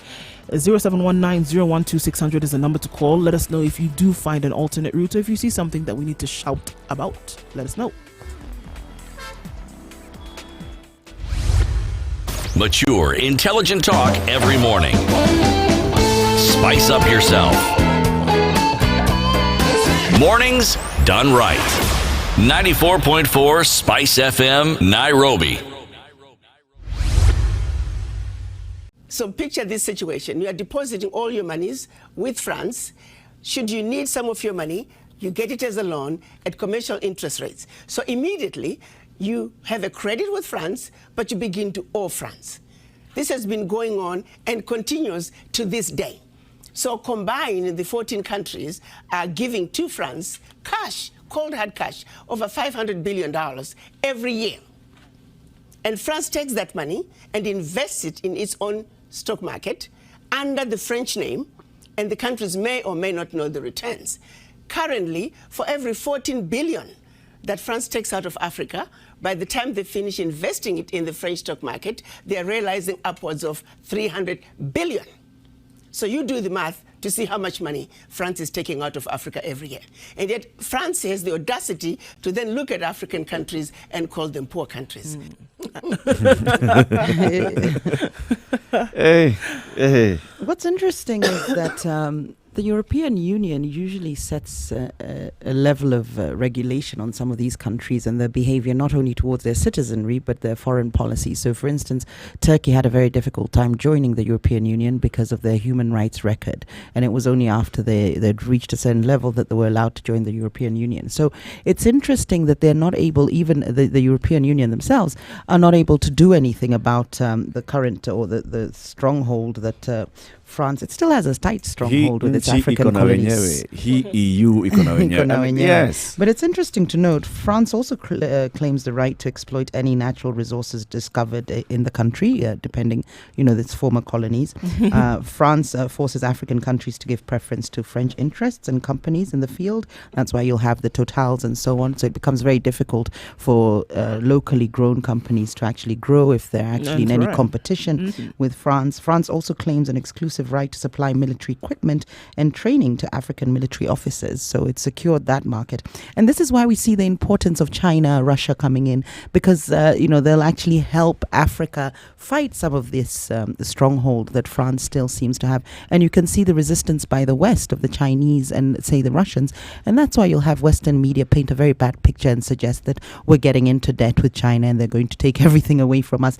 No, what's happening is other powers are coming into play, and we can turn to them. We don't have to be bullied. And we've been provided with options that we didn't have. Yeah. Absolutely. So in the event that when you have like this 8, because now of the 14 countries, it's the 8 countries now who've come together. Those, I think, who have really felt the brunt of what has been happening, for them to come together and say, we want to be able to do this. What this does is that it's true. The entrance of these other economies, of these other world superpowers, now give you an option. In the event that you say, look, this pact that we had, thank you very much, we are then going to break the pact because we are not interested in going in this direction anymore. What it happens is that it gives you an advantage of who then, or rather it gives you an option of then who to go to, who's going to hold your hand. And these then countries in can come to your defense. Absolutely. Whether it's for their interests or not, we still have something to gain from interaction with Russia and China. The enemy of my enemy is my friend. Remember, the Chinese have history and experience with Great Britain. Russia has experience with France. Now, if you look at any of these colonization policies, remember they were protectorates and they were colonies. Colonies is where they wanted to settle. Remember, Australia, if you remember, was a penal colony. Yes. If these fellows, they didn't want particularly hunger, they didn't want in the country. Send them down under. Yes. Straight out of convicts. Yeah, funny people, funny religious beliefs. Australia. No, some to Australia, but mostly to Americans. The Boers who came to South Africa, these people were religiously persecuted in Holland. That's why they went the there. Netherlands, yes. Yes. Now, this is the interesting thing about human beings. The very thing they ran away from are the very thing they then inflict on the people they found there. Absolutely. If you look at, say, the Zulu Wars, the Anglo-Zulu Wars as they're called, one of the things that Britain was now trying to implement in South Africa is something that they had done in Canada. People forget that the Canadians had their owners. The French.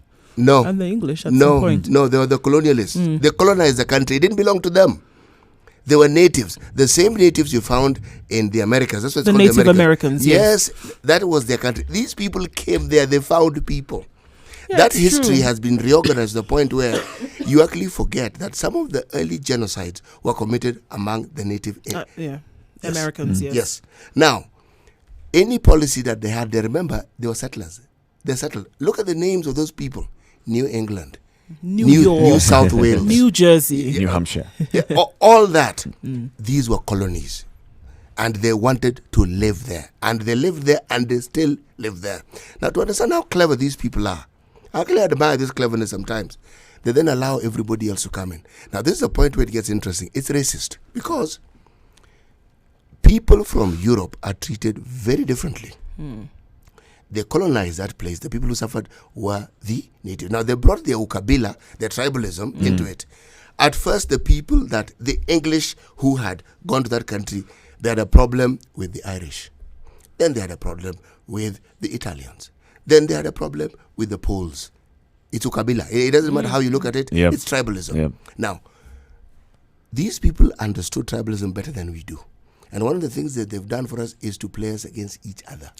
And in Jerry, this one, she's 300% right. Not 4. No, the exam is out of 100. So when you get 300, you've done really, really, really well. What's interesting is hopefully the European Union will act, because I think that's one of the only bodies that can actually control France.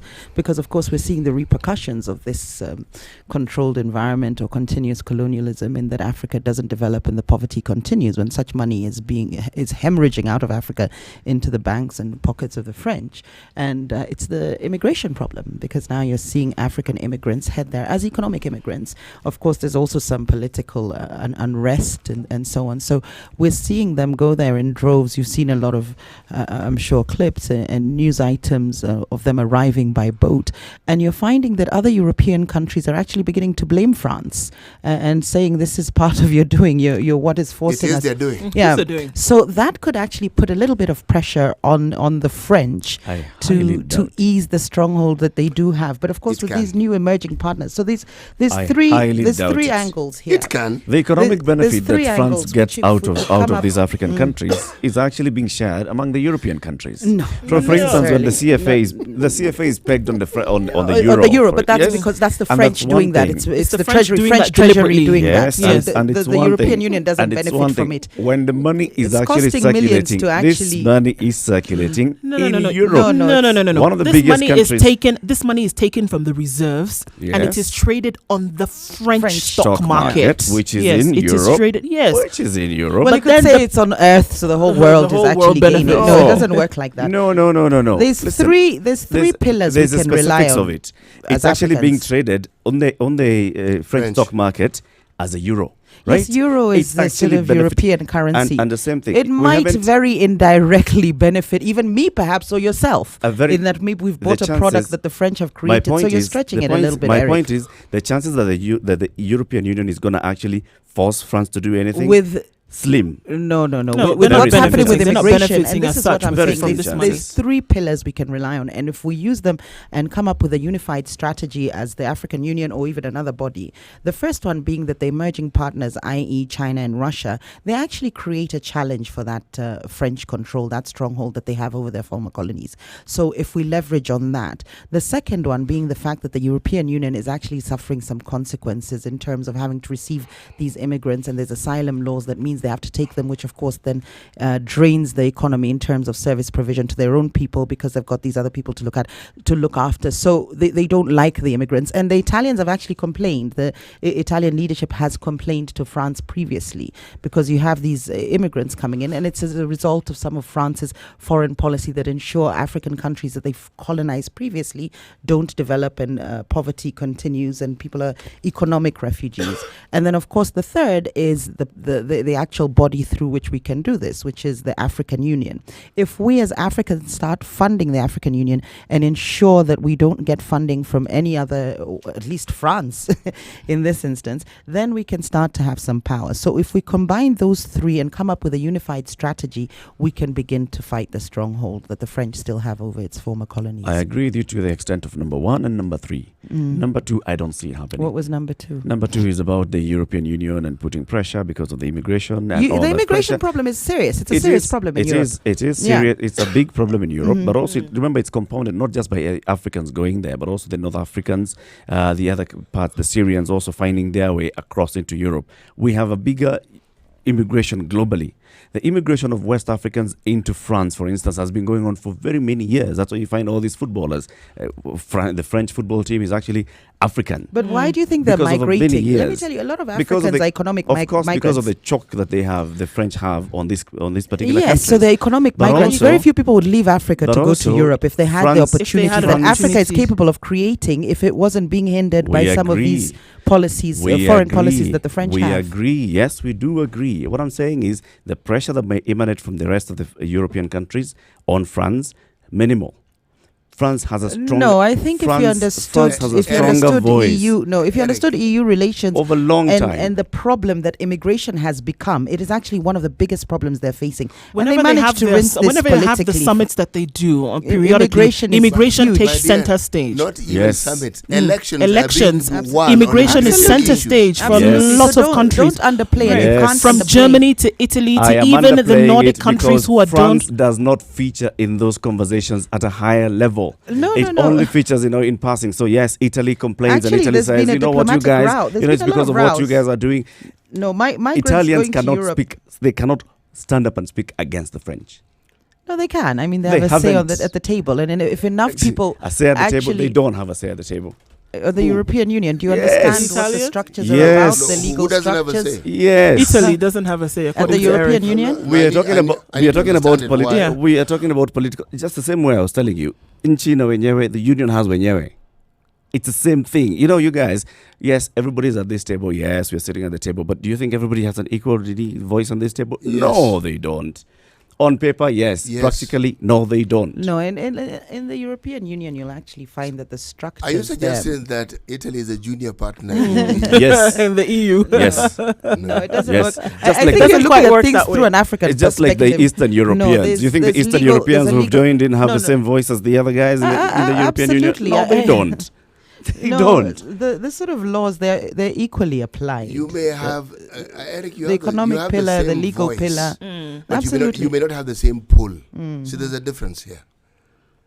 Look, Germany is a bigger economy, so of course they're going to have a bigger pull because they have a bigger influence elsewhere. It's In actually that a respect. democracy, the EU, in that Yes. people vote and so on. So, you'll have MEPs, members of Yeah. the European Parliament, Yes, they represented do. from different countries. Not everywhere is corrupt, Eric. Yes, I feel yes. very sorry for you because your lens has been contaminated No, by having been lived Jerry, in Kenya. you're and the sitting here perspective is very painting the skewed. European no, Union no, and saying, I am oh, not. I am listen, not. But what I'm saying, listen, in terms of the immigration, point there I might am be making- higher level, intricacies and nuances that I'm not privy to that.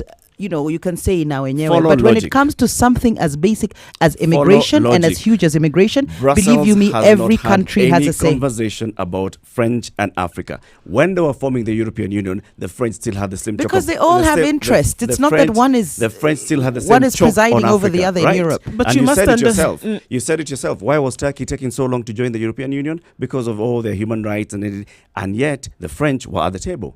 When it came to the formulation of the European Union, the French still had the same thing that they have now over Africa. It has never featured as a conversation that when are we going to start reversing this? This conversation is being led by African countries coming together as 8 of them and saying, let's push. Have you had anybody from Europe saying, okay, yeah, maybe France, you should listen? Well, no, Nothing. because they only made the declaration on Friday. So, I mean, But maybe the give them a couple of declaration, seconds. the declaration But I mean- happened on Friday, but this conversation has been going on for quite a while before they actually But came together and said, this at is the it. point I was clear saying that we haven't had something like this before, whereby 8 countries come together then as a bloc and say, look, we are not going to stand for this anymore.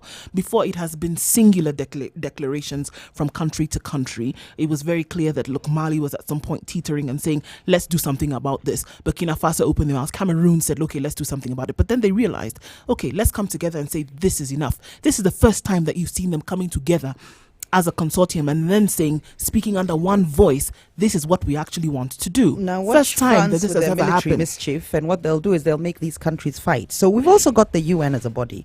In terms of platforms we can use to unite these voices, come up with a unified strategy, we've got the EU, which can put pressure. Believe you me, the migrant problem is serious, Eric. And you then- can laugh it off. and You've then you got said the the UN, UN. the EU, and the AU. If those 3 can come together and actually underscore what these 8 countries have come together to do, alongside with the new emerging partners that Africa has, then maybe we have a chance. Let me open up the phone lines 0719-012-600. That's 0719-012-600. We're talking about the French hold on West African countries and what the West African countries have come together, 8 of them, and said, listen, France, let's have this conversation once again. It's 13 minutes to 8 o'clock. Good morning.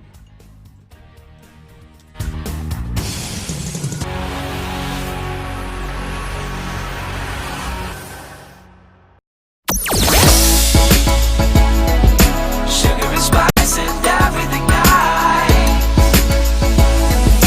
Spice FM. Spice up your life. Mature, intelligent talk every morning.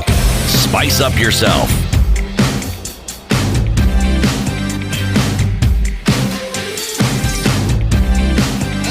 Mornings done right. 94.4 Spice FM. 0719-012-600. Let's go to the phone lines. Chris calling in from Nairobi. Good morning.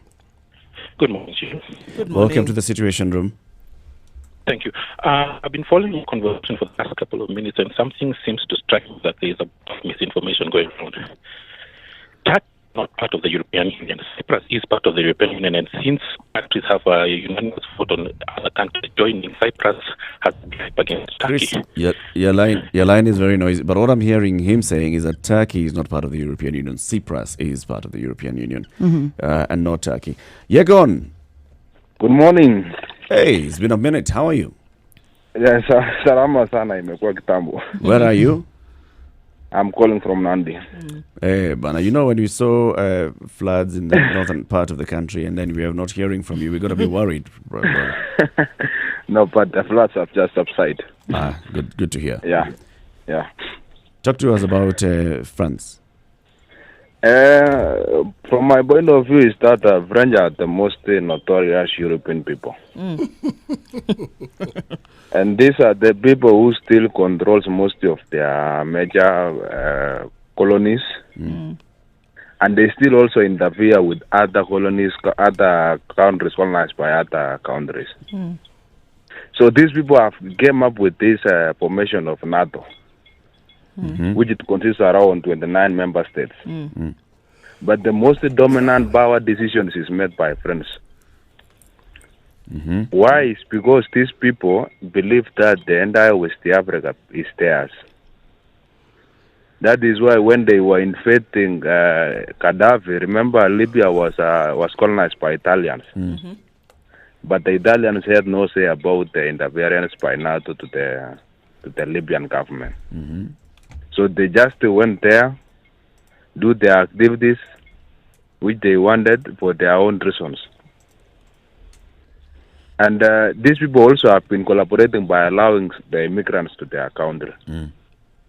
So when they come up to your country, they have some allied forces who support them and others who are against them. So it is so hard to be eliminated in their country. And they have to dictate what they are giving you. Yegan, what do you see? Do you see this new coalition by the 8 African countries, West African countries, being able to push enough to have French actually cede control of the currency, the foreign reserves? You know, the problem is that the other countries might not interfere with France, because French will say that this is our own colonies. We have not yet interfered. It's an internal matter. Yes, this is an internal matter. So there is no, even if these other countries give them I don't know what can I call, something which they can exchange for, they will not accept, because they believe that what is in that country is theirs. You know, for Kagame, it was very easy, because Kagame have a notion that he says that the French people killed his people. Yeah.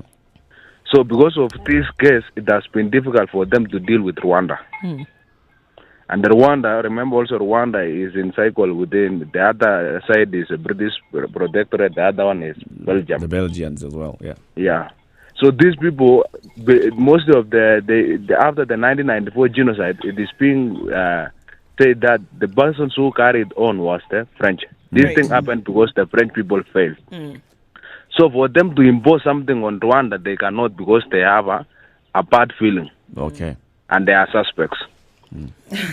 Yeah. They are criminals. It's the guilt factor. They are criminals. Yeah, they are criminals. So for anything they will try, they will be like, now, the other thing, what happened might repeat itself. So they are distanced themselves. Sure.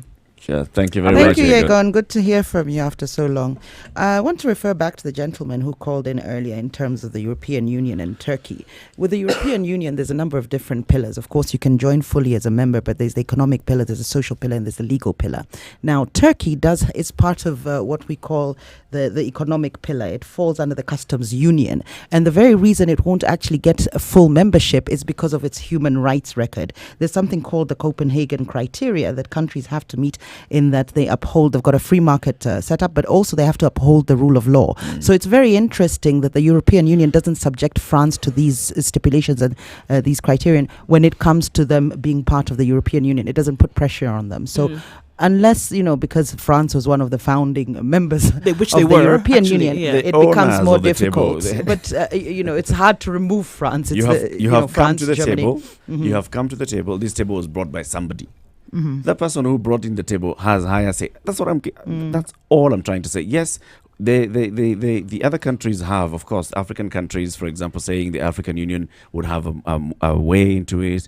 ECOWAS and looking at their members, among them these 8 African countries, and saying we can push. Eric, it's like saying that if Kenya is part of the Security Council, it'll have a say. Oh, Yes. we know already. Exactly. They'll be part of the Security Council. Yeah. So what is the solution to Africa's, or rather to France's stronghold on its former colonies? Is there a solution? Does anybody care to sort it? Can we rely on Russia perhaps? Russia's looking to export military arms and so on. Can we start maybe But looking Russia's towards already Russia? doing that, and Russia's been doing that for quite some time. Remember, Egypt was one of the places that Russia supported, Yes, it was. and for the longest time. It's just that when you have your own internal issues to resolve, it becomes rather difficult for you to sort of like extend your influence. It isn't so much a question of what we will do. It is a question of the leadership in France.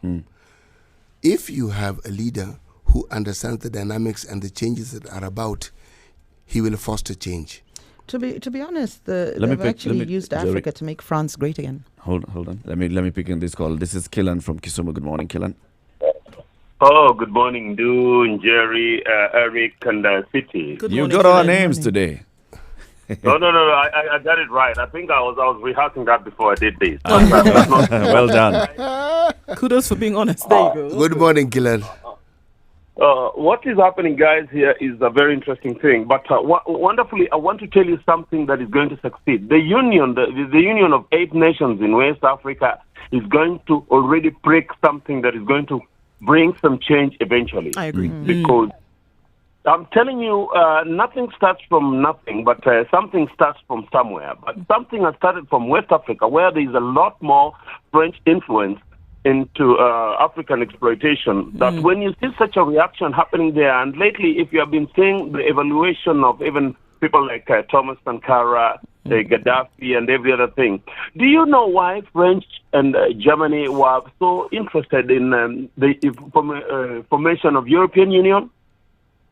Germany was simply protecting the atrocities they did in Europe and trying to harmonize. French, in the other hand, is looking for other partners to partner with to protect their interest when Africa is standing up against them. This is why France is so tough on the European negotiation table, European Union negotiation table, and not giving any information about Africa.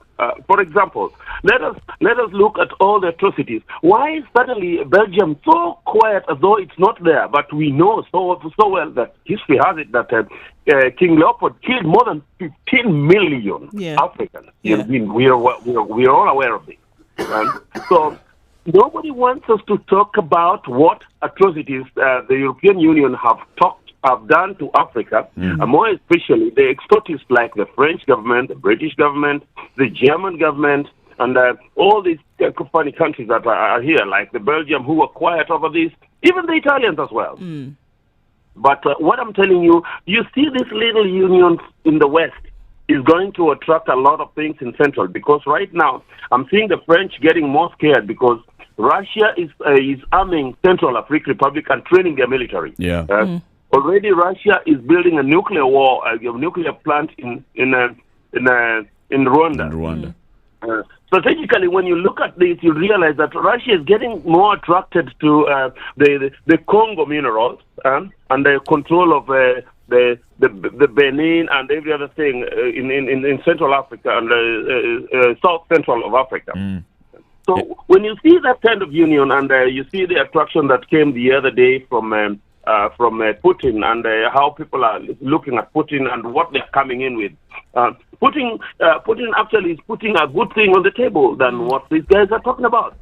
So when you see what these guys are talking about here, and you realize how the French are looking at Africa, the French are already scientifically has lost grip of Africa. They have lost the war. They have lost the battle. Yeah. Also, it's important to note, we keep talking about the grip that France or the control it has in the EU. Remember, Africa is one of the EU's trading partners. I think the third largest after China and America, two-way trading partners. So the EU also wants to protect this. And if they feel that France is actually stifling this opportunity and this relationship, you can find that they will put pressure, whether it's legally, politically, or through through trade and so on, they will put pressure on France to loosen its noose that it has over Africa. Well, I think, and also the coming up with this consortium also comes with another element of pressure that will come from these countries that they've never seen before. Initially, it was just singularly countries saying that, well, we want to, we don't want to. Okay, here, have a little bit of this, and let's see how we can keep you under control. But then when you have 8 states, which is more likely to get more backing and more support from those who would actually sit up and take notice, then you'd actually find that maybe they will actually now, in this point as well, sit up as France and take notice. Like we said, we've never seen it before. It's not been done before. They've not come together in this manner before. So hopefully this will bear some kind of fruit that we haven't seen actually having germinated in the past. And it's about time that it was done, because clearly this cannot continue. We wish him well, the leader of this consortium of 8 African countries. Not him, them, 8 countries. The leader, I'm saying. The one from... He's not working alone. The president of the Benin Republic, he's the one who's actually... You're making it sound like Benin. Banana Republic. The Banana Republic. The leader who's basically coming out, and he's the one who's at the forefront. He's speaking out about it. He's really leading it. This is the Situation Room. It's Kenya's biggest conversation. It's coming up to 8 o'clock. In the next hour, we'll be discussing economics. We'll have an economist in the studio. Let's talk about everything. Is Kenya's economy growing? Is it not? Can you feel it? Can you not feel it? Good morning. It's 8 o'clock.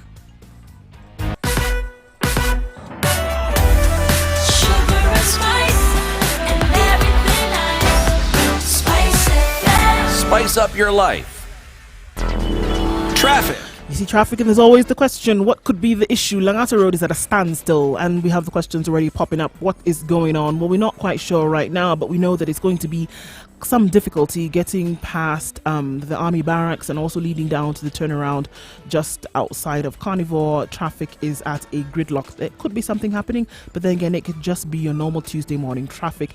Let's see what happens in a short while. All right, on Thika Road, we have traffic that is now moving as opposed to what was happening about half an hour ago, but the traffic is still slow, but you get there eventually. The stretch from Nairobi School to ABC Place is messy today. We didn't have so much traffic entering into the CBD, but voila, now we do. All right, on Mombasa Road as well, traffic getting into the city center is causing some headache. We'll see what happens as the vehicles on the road have increased since the last time we talked. There's an accident right in the CBD, so everybody entering into the CBD is going to have to wait just a little longer until that is cleared up. See an alternate route that you see that you could use, that other people could use as well, do let us know. The number to call is 0719 012 600.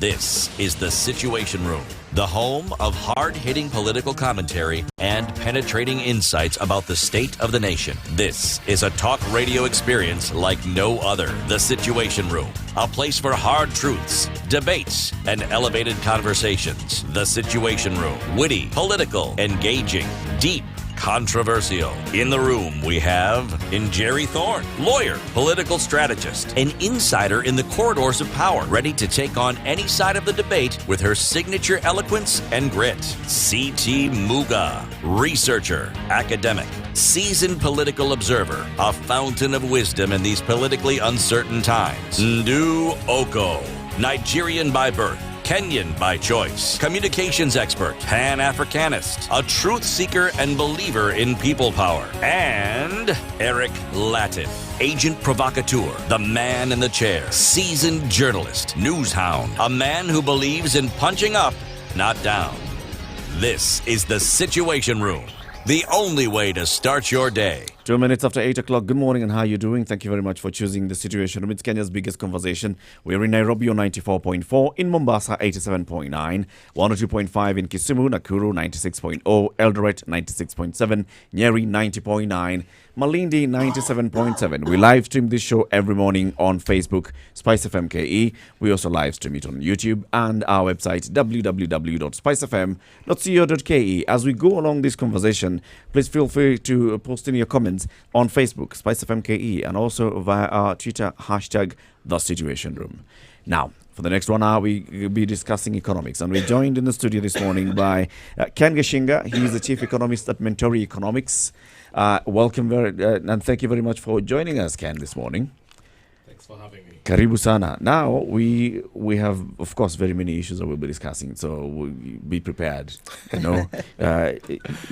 contribute to this. Of course, you'll be coming here to enlighten us and enlighten everybody who's listening, because we have issues. Number one, we've been talking about, and we'll discuss them. So we'll be talking about the 4 pillars of economic development that the president has said. These are the big 4 agenda.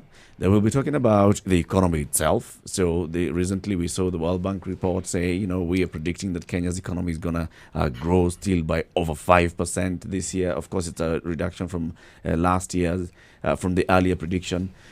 Then we've also seen politicians and everybody else, in fact, even the governor of the central bank saying, you know what, we talk about economic growth here, but Wanjiku is not feeling this economic growth. Ken, you deal with Wanjiku on a daily basis. That's how you collect your data. Is Wanjiku actually feeling economic growth? Well, thank you for having me again, and good morning. Let me first talk about this figure called GDP, what it actually stands for.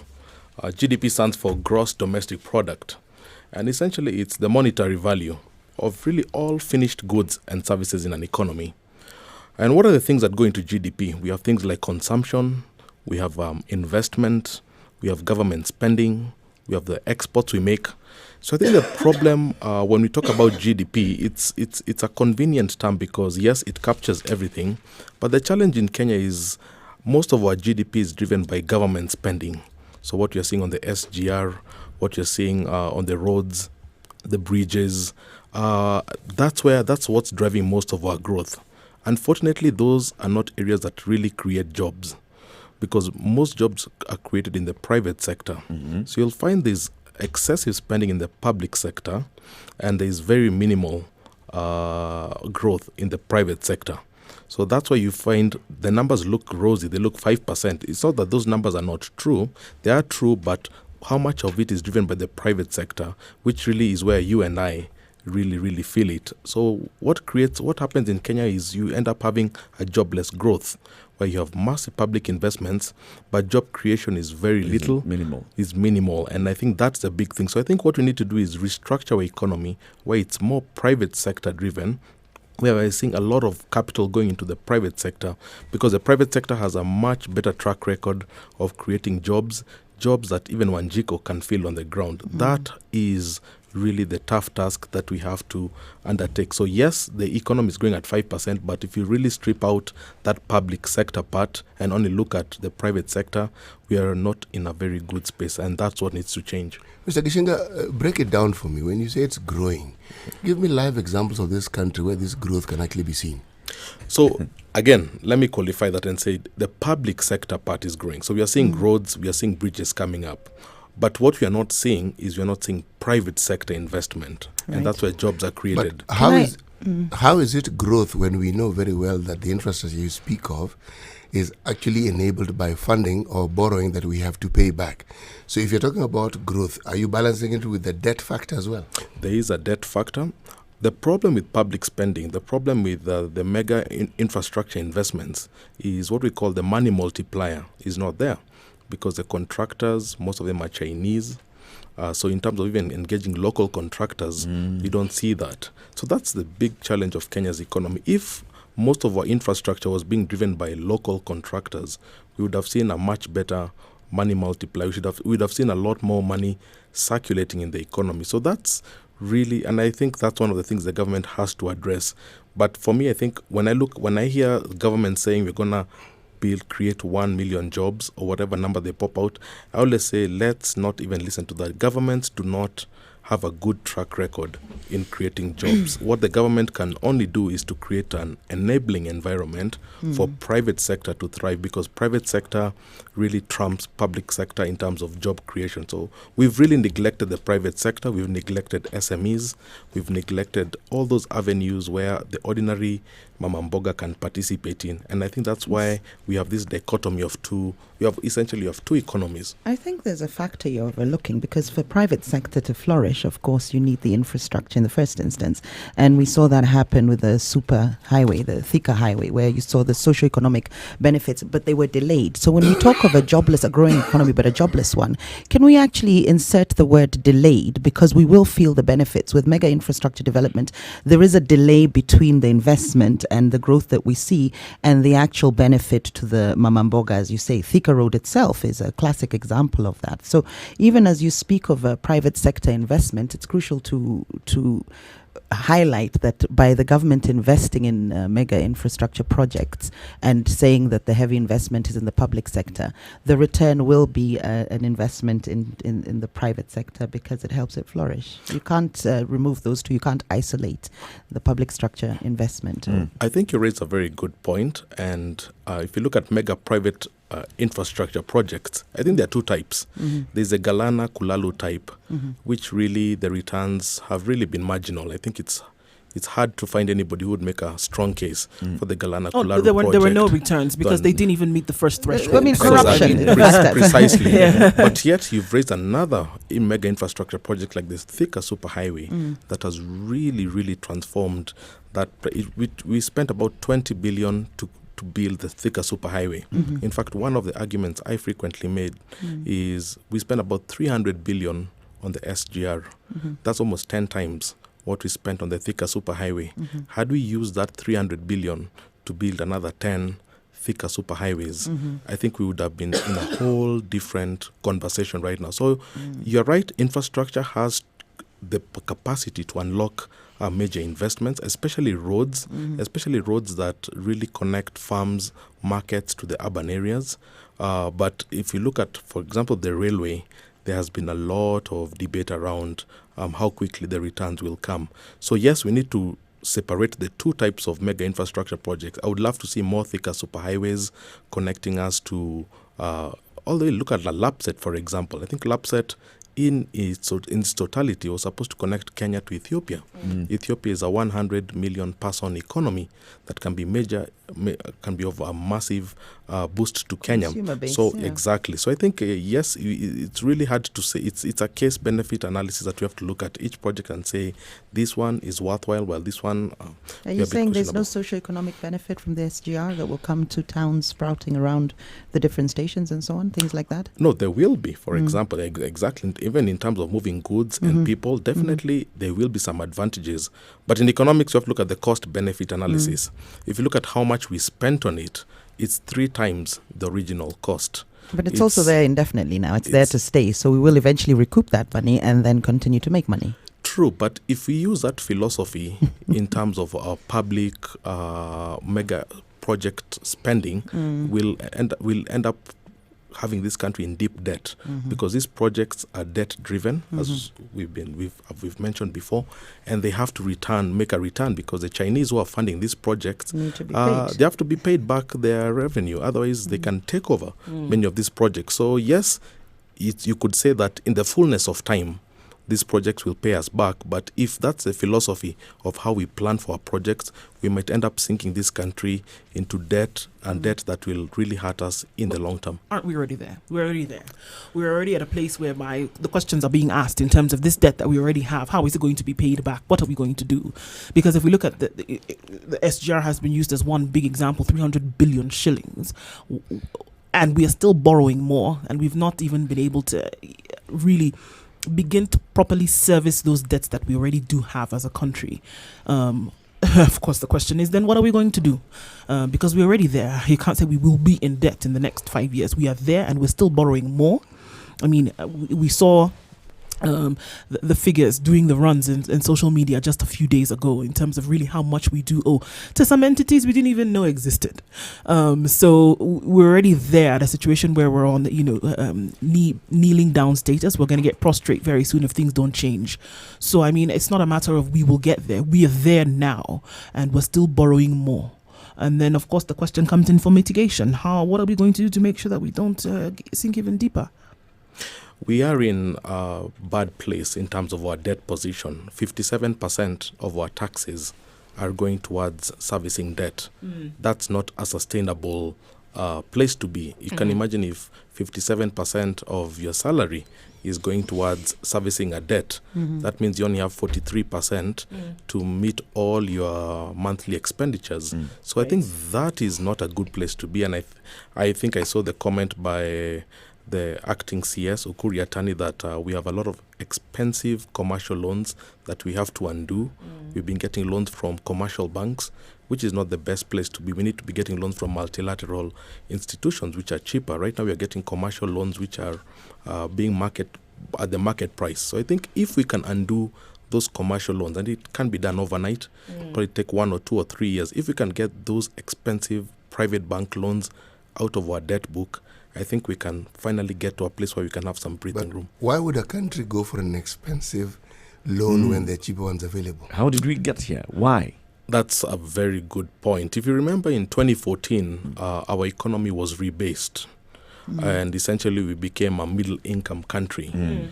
And we celebrated. We said we finally hit Vision 2030. That's when we moved from third world. Exactly. Middle income. 2014. Eric, we are a third world country. 5 years ago. Calling ourselves a middle income country. 5 years ago. Carry on, Mr. Gishinga. An economist is here. He's telling us. And you remember the goal of Vision 2030 was by the year 2030 to be a middle income country. But in 2014, we rebased our economy and we've said we hit our middle income target 16 years early. Yeah. Then we celebrated and stopped working. The challenge with that is when you become a middle income country, you're no longer eligible for some of the loans these multilateral loans are given from most of them target what I call least developed countries. So when you stop being a least developed country, you stop getting these concessional loans that are cheaper. So the government found itself in a difficult position where they were used to all the IMF, the World Bank, the cheap funding, and they realized you're no longer eligible. You're a middle income person, so you should be able to work with commercial debt. But I don't think we were ready for that. So I think the private banks quickly came in, and I think with their own agendas, and they really they're here to make money. They made money. Yeah, and 4 banks, I think they were mentioned in the Standard newspaper on Sunday.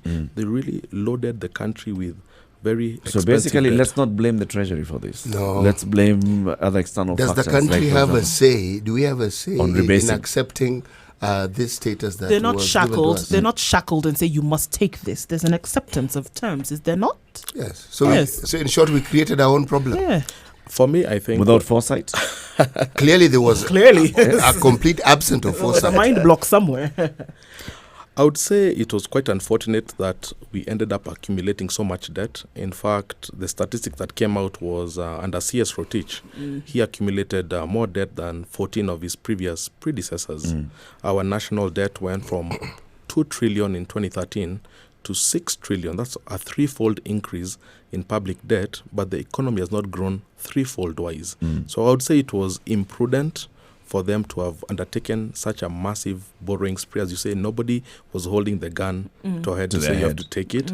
We should have been more prudent. We should have really assessed some of these projects. Can we procrastinate them? Can we delay them? What are the urgent parts? So I don't think there was that heavy lifting in terms of questioning some of the key things that we wanted to do. And the Chinese were also available in terms, because the Chinese also have their own agenda. They want to build the road and bridge initiative, which is their strategy to really connect China to every major resource country in the world. So for them, it was very strategic for them to lend Kenya that money, because it furthers their strategy of being a global superpower. So I think we fell into that trap in a say. Could it also be the big shoes? I mean, this new administration was trying to fit in the Kibaki administration. So everybody had seen Kibaki administration growth, which had been driven by infrastructure, and there was that push and that sort of pressure to fit into those shoes. So you've come in and then you're saying, okay, we've got to continue with the infrastructure development for the country. And then here we are rebasing our economy. First of all, let's feel good. Yay. We have become middle income. And then, oops, now we can't access these loans, but we still are able to access loans. Let me ask a more pertinent question. Let's talk about the SGR. The funding for that particular project, had it been acquired during the Kibaki era, or did the money come in during the Uhuru Ruto era? It was actually during the Kibaki era. So the money, so already got the money for it. The concept or the money? Well, the concept was really pushed by the Chinese. In fact, the Chinese did a free what is called a free study, a free survey, environmental impact assessment on it, which shows that the Chinese were just as interested in getting these projects because it's part of what is called the Belt and Road Initiative, which is important to them.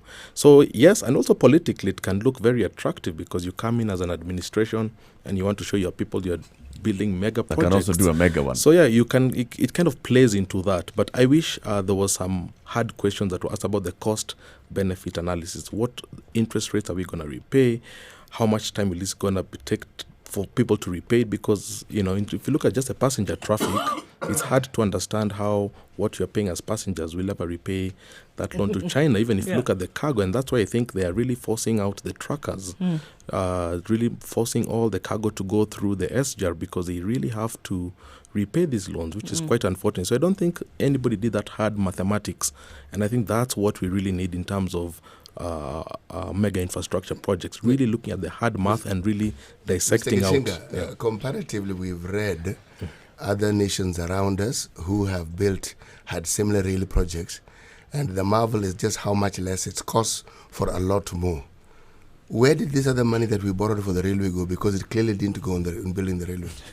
It bought the land. No, that's speculative. I mean, unless you have evidence. No, it did. We know that the land here costs a lot more. Yes, so Mr. Gishinga, please. I think Eric has just mentioned the land acquisition part. I think took up a lot of the money of that. We had really people who had bought that piece of land and had to be acquired, and the land prices really went up. So I think that is where actually, when we say that it cost 3 times its original estimate, we really have to look at how much of that was in terms of land acquisition.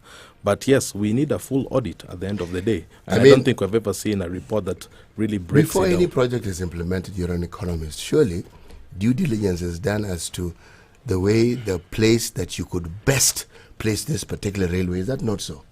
And we did have a railway that existed, and that railway owned land, isn't it? There's always been that debate. Why do you seek to acquire land when land already exists? When you already have land. And there's also a structure within which you can more or less do what you're saying. Why? I think that has been the biggest gap in terms of our infrastructure planning. We don't make public the documents. And to be honest, the Chinese projects are often shrouded in secrecy. We don't get the full details. In fact, there was that question was Kenya Ports Authority, was it collateral for the Chinese loans? And it became a big topic, but it was never hashed out. It was never really hashed out. So there's a lot of secrecy when it comes to Chinese projects, Chinese loans. So I think moving forward, because as we've said, these are things that have already been done. It's a sunk cost. But I think moving forward, more transparent. I've always asked, why can these documents be put on the homepage of the Treasury website, where every Kenyan can download, access it, read it, look at what is the cost-benefit analysis, what's the environmental assessment.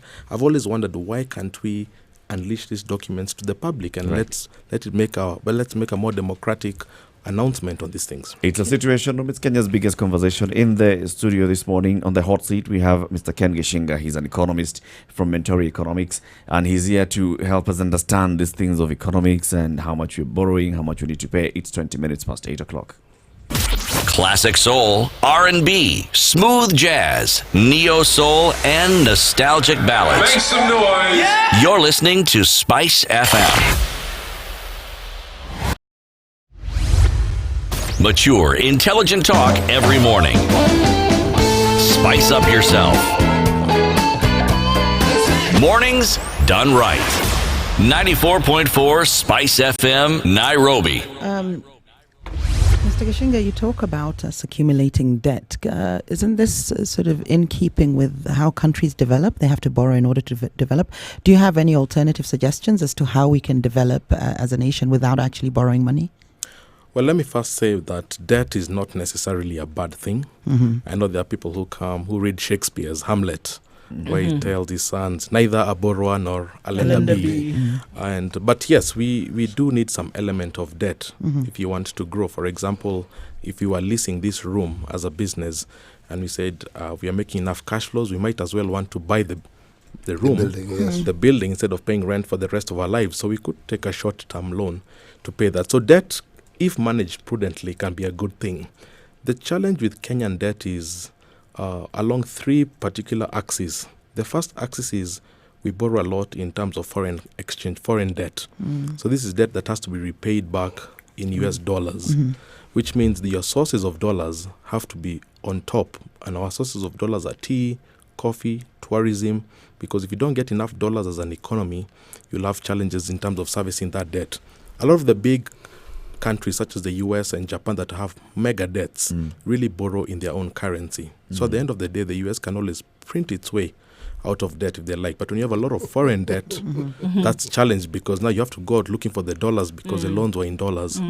The second problem with our debt is the rate of accumulation. I've talked about it. It's gone up threefold in the space of 6 years. That's way, way higher than how much the economy has grown. And I think the last part, which I think is more profound and is often less stated, is if you look at, for example, the US market, most of the debt that the US gets really goes into the private sector, into consumption, to houses and cars. Most of our debt is really in the public sector. It's in the roads, the bridges, and the railways. That's a big challenge. If most of our debt was going into production, really loans that are creating industries and creating jobs and supporting manufacturing, supporting the big four, I would not have a big problem with that. So I think that is so debt in itself is not a bad thing, but where that debt is being channeled to, it has to be in places that are very productive, places that can create jobs and places that can drive the economy. Yeah, we're talking to Ken Gishenga. He's an economist from Mentor Economics. We're discussing very many issues this morning about our economy, as a country. He's told us already that, Kenya's economy, yes, it's growing scientifically and from an economics point of view, it's growing. But we have to also look at it. Is it growing from the private sector or the public sector? The public sector, in terms of what the public sector is doing, it's spending a lot. Yes, it's growing. In terms of the private sector actually being able to spend and grow the economy and also provide jobs and all that is not growing as fast. So he's saying we need to look at it from that angle. Ken, we've also been discussing on this show, and we have had long and heated debates on this. So we're talking about the mega projects. You said our borrowing, that growing of threefold is actually going to the big projects. And at some point, we've even come and proposed, should we actually just put a freeze on these mega projects for now as we try and manage our debt and how our economy is growing? What do you think about that? It has to be a case-by-case analysis. You can't have a blanket assessment and say all mega projects are bad. Freeze. As I've said, the Galana-Kulalu project, I think that was a failure, and that needs to be really stopped as soon as possible. But if you look at the Thika Superhighway, that I don't think there's anybody who would debate what it has done to the environment of that place.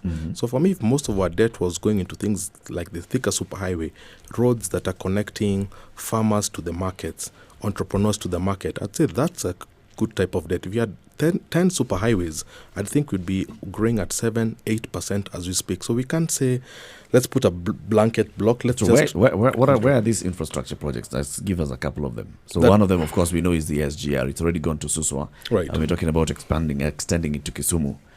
Should we freeze that now? For now, should we not? If you were to think of just top of your head. I think that one really, we have to really think hard about it because a lot of, you saw the headlines of the railway to nowhere. In terms of people saying Suswa, it's stopping there. I think the whole idea beyond the SGR, for it to really work, it really has to connect all the way to its end game, which is through Uganda into Rwanda. Into Rwanda, exactly. I think that's where the full value. So if that can, again, it passes for the funding of that can really be renegotiated so that it's really at a place where Kenya can afford, we should go on with it. When I think of things like LAPSET, for example, LAPSET has the opportunity to unlock half of Kenya. If you really look at Kenya's socioeconomic history, it's really been on an arc going from Kisumu to Mombasa. But if you look at the northern part of that, nothing ever happened. So I think the sagacity behind LAPSET was really to open up the Lamu-Ethiopia corridor, which has been neglected, which can connect Kenya to the northern countries. So I think that project, has a lot of wisdom. But then again, we really have to say, first, how much are we getting in terms of the funding? How will it be spent? Will there be a lot of revenue leakages? Because that's always another feature of Kenya mega infrastructure projects. They're always bloated to the extent that it's always 2, 3, 4 times the original cost. Revenue leakage. Yes. That's the economic term for corruption. That is it. So it's part of the project management too. We really have to apply international best practice of project management when it comes to this. And I was praying that the SGR would be the benchmark, would be the gold standard in which other projects in Africa would be assessed, but it's really fallen short of what it should have been. The decision that the government made to transport containers through the SGR and the subsequent noise that we heard emanating from Mombasa, is it a reality that the people who own trucks and people who own CFSs, is it a reality that their businesses were actually killed? When I last visited Mombasa, I spoke to a lot of those businesses. These are people who've been in that sector for 3 generations. Their father, their great-father, grandfather, their great-grandfather. So for them, it was a massive blow to their businesses because at the end of the day, this is what has been their bread and butter. I've always said, let's advocate for a free economy. The CS was saying it's a cheaper way to use the SGR to transport your cargo. But I've always said, if something is cheaper, then all businessmen will naturally gravitate towards it. You don't have to have a directive to have people to use a cheaper option. Naturally, any businessman will want to have the cheaper option. So the fact that people still wanted to use the trucks, for example, if you're moving something to Voi, for example, it would be painful for you to have to ship it all the way to Nairobi, the ICD, and then get it on, track it back to Voi. It would not make sense. Of course, that wasn't the case, Ken. Come on. Well, he's giving the example, but what if I want to track? But the reality is, the free market is to allow everybody to make their choices. Let people vote with their feet. There's also been the issue here that some of those truckers and those big companies, the CFSs and all, were sabotaging, directly working with people within the railway service to sabotage the operation. Well, I've not seen any official report on that, but I've always said if I was a businessman, if I was a clearing and forwarding agent, I'd love if I had the option of using both. I would not want the government to direct me, to force me. That's the principles of the free market. Let me choose which one works best for my business. And I think the withdrawal of that free market principle, I think for me that has been my biggest qualm. But is it really a withdrawal? When the railway as you knew it more or less got to its deathbed, people who used road transport had a field day because there was hardly any competition. Now, the government has every right to protect whatever business. Protectionism, I think, is a tool that governments use. Is that not so? And they don't really ask anybody's permission to use it, do they? Well, if you want to promote Kenya as a good investment destination, it's good to stick to free market principles. But which country in the world operates on absolute free market principles without any protectionism? Well, no country. Yes. That's a good point. But if you have to remember that shipping is our major contributor to our economy. Yes. And there have been generations of people who have really had their households supported by that industry. So yes, there's an element, but even the protectionism, it can't be a blanket protectionism. It has to be, yes, we'll give you 3-4 years to be as competitive, but eventually all governments at some point have to say, we've given you enough time to upgrade your systems. Now let the free market... Let me ask the question I actually want to ask. Right. Voila. The businesses that they were conducting in Mombasa, can they actually be conducted in Nairobi or in Suswa?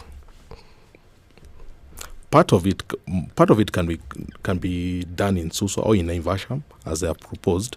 But I've always been... It's very wary when central government creates policies that really direct people what to do.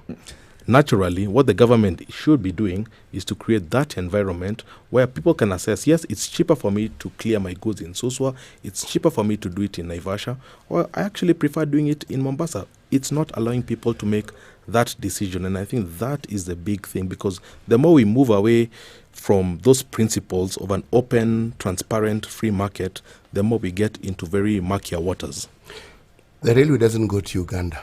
If the goods were going to Uganda and they are offloaded in Suswa or Nairobi, the same people who use the trucks will still have an opportunity to transport those things from Suswa, and the distance will be shorter. I think the first mile, second mile principle. That's what I'm referring to. Yeah. But if you think about it, let's talk about the Uber versus the old taxi phenomenon. Yes. The Uber drivers came in, and obviously the old taxis were saying we need to be protected, the government has to protect us. But at the end of the day, they said, why don't we just let the consumers decide? if the consumers prefer Uber because of their more transparent pricing, naturally people will vote with their feet. And I think that is a principle that we should apply in the SGR CFS model. Let people determine what works best for them. Unless, otherwise, if you have somebody in Treasury who's trying to micromanage the economy, central planning has never worked in any part. That's what brought down the Eastern European countries under the Soviet Union. There was so much centralized planning. And we'll talk about the interest rate cap, we'll talk about these things. But anytime you try to create legislations that constrain the free market from operating the best way, what Adam Smith called the invisible hand from operating, then you always end up with a suboptimal outcomes. This is a situation room. It's Kenya's biggest conversation. On the hot seat this morning is Ken Gishinga. He's an economist. Well, we'll be talking about the government's mega projects, also heavy borrowing. When we come out of this commercial short break, when we take a look at traffic, we'll also now start talking about the interest rates. So we know the cap has been removed on commercial interest rates. We'll look at the merits and the demerits of that. Good morning, 27 minutes to 9 o'clock.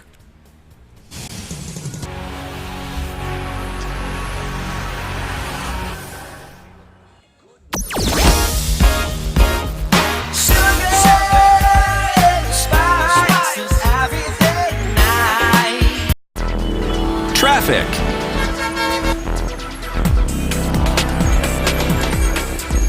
Well, it's being said that the Nairobi City Council can actually collect parking fees on Langata Road because it is a parking this morning. Nothing is moving. For the last 1 hour and a half, nobody's been able to go anywhere, and the questions are being asked, what is going on? I'm sorry, I don't have answers for you right now, but hopefully we'll find out. But I'm going to chalk it up to just the fact that everybody's on the road this morning and has business to conduct. All right. The Kenya Urban Roads Authority, has announced that there's a closure of the junction of Ring Road Parklands at 4th Parklands Avenue this week. That was from yesterday up until the 17th due to construction going on that section of the road. So please, you've been asked for the next 1 week to use alternate routes to make sure that you can get where you're going. So just know that if you're trying to get onto that road, you're not going to be able to. All right, Kiambu Road is actually now a 6-lane road. Otherwise, because there's overlapping, there's all sorts of nonsense going on trying to connect to Thika Road. It's just not happening this morning. It's a city of gridlock, unfortunately, today. We're trying to get you moving from Mombasa Road to the Langata Road to Ngong Road to coming out of Westlands. Everywhere is a mess. I'm sorry I can't bring much better news, but for now you're going to have to sit tight. You'll get out of it eventually. The number to call is 07190122600. If you find an alternate that you can use, spread the word. Let's spread the love. Mature, intelligent talk every morning. Spice up yourself.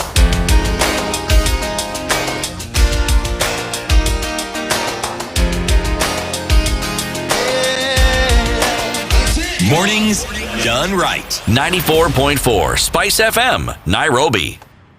It's 25 minutes to 9 o'clock. Good morning and thank you very much for tuning in. This is The Situation Room on Spice FM. It's Kenya's biggest conversation. We're broadcasting in Nairobi, Mombasa, Kisumu, Nakuru, Eldoret, Nyeri, Malindi. We're worldwide on our website, www.spicefm.co.ke. We're also live streaming on Facebook, Spice FM, and also on our YouTube channel. This is Spice FM KE. Please continue joining this conversation on Twitter like you're doing via the hashtag The Situation Room and also posting your comments on Facebook. We have in the studio this morning Ken Gishinga. He's an economist. He's from Mentori Economics and we are discussing the state of Kenya's economy. We are looking at a couple of things. So Ken, we know, for example, that the interest rate cap has been lifted. Good or bad thing from your perspective? I think it's a good thing and it's something that I've actually spoken about for a long time. You know, when back in 2015, 2016, there was a feeling that banks were charging consumers at a very high interest rate of 20-25%. So there was a feeling that we need to punish the banks. So that legislation, out of that emotional demeanor, really came up with the interest rate cap, where we said loans cannot be priced at more than 14%. What they were not advised is anytime you create a cap in any market, you create the producers stop producing. So in this particular element, the producers are the banks. And the banks, they stopped lending. They said, we'll actually lend to the government because we can't lend to people who are risky at a much lower rate. We'd rather lend to government. So what happened in the last 3 years, banks have been lending to government. They're still making the profits, so we've not really punished them. What we've really punished is the Kenyan entrepreneur. That person who would have gotten that loan from that bank, now he's not getting any loan. So I think the wisdom behind it 3 years later was, you know what, this actually cannot work. Let's again open up the credit markets. Let banks price according to the risk of the borrower. And I think it's a good thing because, yes, it might actually make interest rates go up, but you know what? It's going to create more money circulation.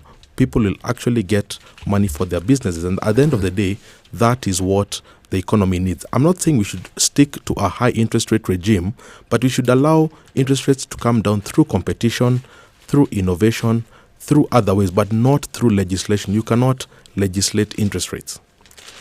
We can't. We can't legislate interest rates. You're saying it's ill-advised. So, but the central bank controls these things, does it not? They're the regulator. Is that not legislated? But that's not what I want to ask. What I want to ask is this. How much is enough profits for the banks? 15% is not enough. What is enough profits? That's number one. The situation we speak of seems contrived. Because you have banks, they determine what they consider to be reasonable in terms of the profits they must make. And they also determine who they can lend to. They can always determine that. Now, the government creates a situation where they make it possible for the banks to provide them with the money they need, and you explained it well at the beginning. So, when the government suddenly now says that they're opening this matter up and the cap is gone, as a layman, what I'm seeing is the government colluding with the banks to ensure that the citizenry do not do well, or rather that the banks continue making the exorbitant or the extortionist amounts of profits that they've been making. And before you answer that, and the only thing that they've then assured the same citizenry or the layman of is that, okay, we will not rush to increase rates. We won't rush. Not that we will not. We will not rush. It's going to happen whether we like it or not at some point. The interest rates will rise. And removal of this cap seems to me to be to the complete detriment, again, of the layman. And for me, if we're going to look at the development of a country, we cannot ignore the input that the citizenry has towards that development. And if they're not able to develop on a personal level, you will not have collective development either. Well, before I address those two questions, let me introduce an analogy that might make it a bit more clearer. Just imagine we say a normal Mercedes-Benz, how much does it cost? Maybe anywhere north of 2-3 million shillings, depending on what model you get. If the government came and said, we are selling, the cost of a Mercedes-Benz is very expensive, we're actually going to create a cap on how much the maximum a Mercedes should be sold. We'll put a cap at 500,000 shillings, and no Mercedes should be sold at more than 500,000. What will happen? Essentially, the agents, the car dealers, will just stop selling because they're saying they can't make a profit out of that. They can't sustain their businesses with a cap. So that's essentially what a cap introduces. It makes it harder for the producers to participate in an economy. What I've always requested banks to do is to have a transparent pricing model. Even if it's 20%, but a bank can say, this is how we arrived at 20%. We have a profit margin of 5%. We have what we call other expenses, cost of doing business. If banks can give that transparency, I would not have a problem with that. Because at the end of the day, it's an entrepreneur who needs the money to service his business. And if he can't get that money to service the business, it's always a big problem. We have had a price cap on the fuel pump. The fuel prices at the pump, right? And going by your analogy, the oil companies would have shut down, would have closed and gone. They haven't. They're still selling. Producing. Because that it's actually looking at how much interest do you make above all the other costs. And they're saying, well, you'll make an interest at 2 shillings, right? It's a maximum of 2 shillings above all the other costs. And it's the same thing that we're saying. This one, interest rate, we are basing it on the central bank rate, and we say don't go X basis points beyond X basis points. So you'll still make a profit. Why would you be running out of business if you're still making profit? Well, banks have said that they've been giving loans to people who qualify within that framework of 14% and below. But who are those? Those are just the big multinationals. The ordinary risky businessman who banks would have priced at 19% does not get access any credit. And by the way, they did a survey of a lot of entrepreneurs, and many entrepreneurs said the most important thing to them is access to credit. Is the credit. It's not even really the price, per se. And that's why you'll remember banks like Chase Bank, they were very popular with entrepreneurs, even though maybe they were charging at a higher interest rate, because if I run a garage and you bring your car and I need to buy spare parts, it's how quickly can my bank get me the cash to fix it. The price is always a number 2 concern. It's not a minor concern, but it's always number 2 compared to timing. So a lot of entrepreneurs are asking, fine, we have this interest rate cap. Interest rates are theoretically low, but nobody's getting any access. If you look, one statistic that we always monitor is the credit to private sector. That number used to grow at about 22%. It went all the way down to 5-6%. And at the beginning of this show, I said private sector is what creates jobs, it's what creates the wealth in the economy. So if businesses were not able to access credit, that was a big challenge. A lot of people say maybe government borrowing. If government reduced its borrowing, then we might see interest rates coming down, and I agree with that. But we need to make interest rates come down in a market environment, not in a legislated environment. Then how far can they go, really? They can do whatever they want now. Who enables borrowing? Is it the borrower or the banks? Who enables borrowing? Yes. Well, it's the need of the entrepreneur that makes him go to the bank to request for that loan. But who decides whether he gets the money or not? Is it himself or the bank? Obviously, it's the bank, and the bank is supposed to have an asset pricing model, which unfortunately banks don't make that transparent. I think that's the biggest indictment of banks. If banks were to say we will make public how we price our loans, I don't even think there'd be an outcry, because the cost of doing business in Kenya is quite high. Think about a mortgage. It takes almost 6 months to be able to do a mortgage, because you have to do a search on the land. You have to do all these valuations, stamp duty. Banks have to bear that cost before that transpire. If we had technology such as blockchain on our lands registry, where I could sell you a piece of land and in one day everything has been updated, banks would reduce the cost of interest rate, because they say the cost of doing business has to come down. So I think it's back to let's innovation, let's competition drive interest rates down. Let not it be a group of parliamentarians who come with it. Why have the banks not been willing to come up openly with this information?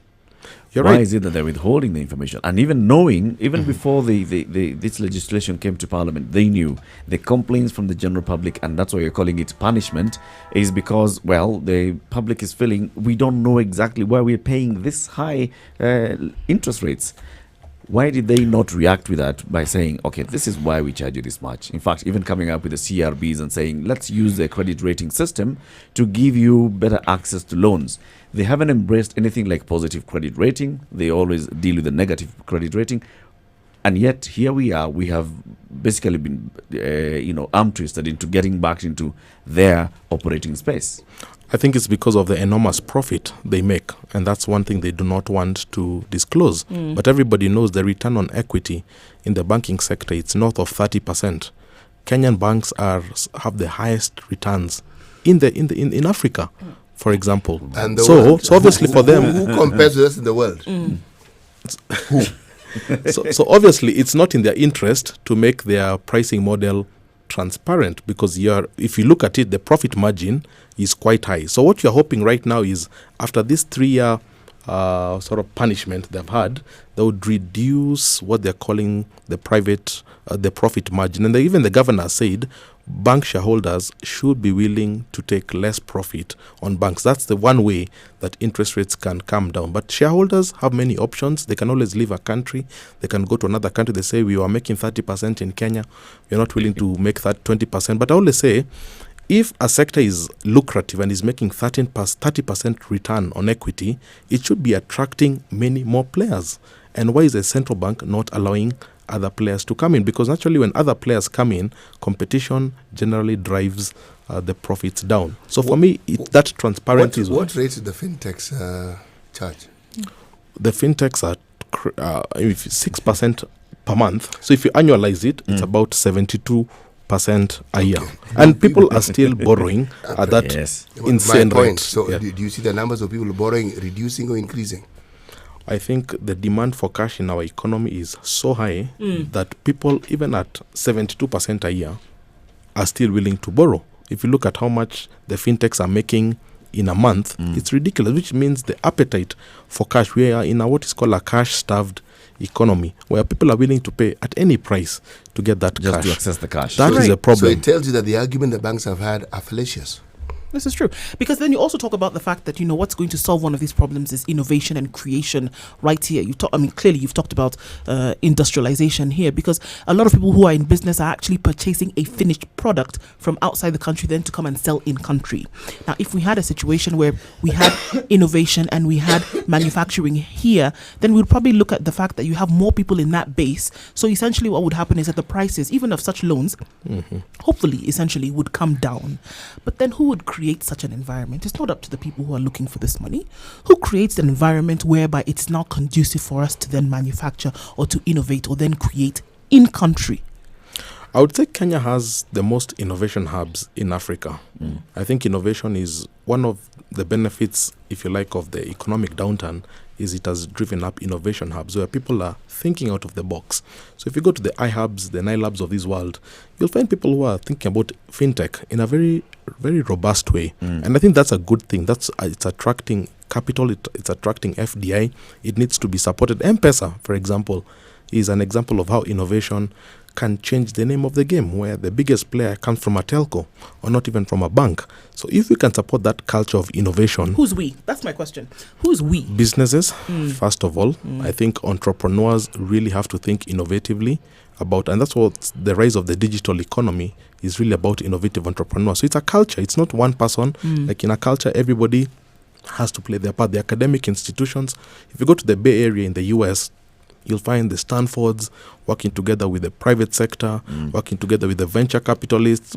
You'll find a whole ecosystem of people participating. And I think that's what we lack in Kenya. It's still not yet an ecosystem. It's, yes, some interesting work, but we've not built an ecosystem. We've never had a unicorn in Kenya. If you go to Estonia has had 4 unicorns, and it's much smaller than the size of Kenya. So it's a culture. If you go to Israel, the innovative capacities are still on another level. So I think there's more investment, more support needed for the innovative community here in Nairobi. Comments and questions are coming in on Facebook. Spice of MKE will be sampling some of them when we come out of this short break. Also opening up the phone lines now, 0719 012 That's 0719 012 You'd like something to ask Ken Geshinga or to tell him, contributing to this conversation. That's 0719 012 This is the Situation Room. It's Kenya's biggest conversation. Good morning.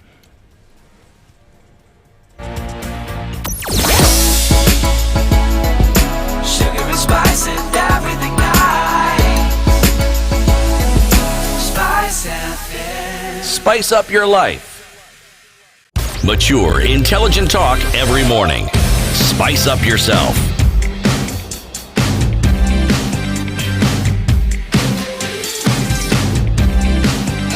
Mornings done right. 94.4 Spice FM. Let me read 4 comments that have come in on Facebook. 4 of the comments that have come in on Facebook. Mzalendo Shindano says, what economic model have we implemented since independence?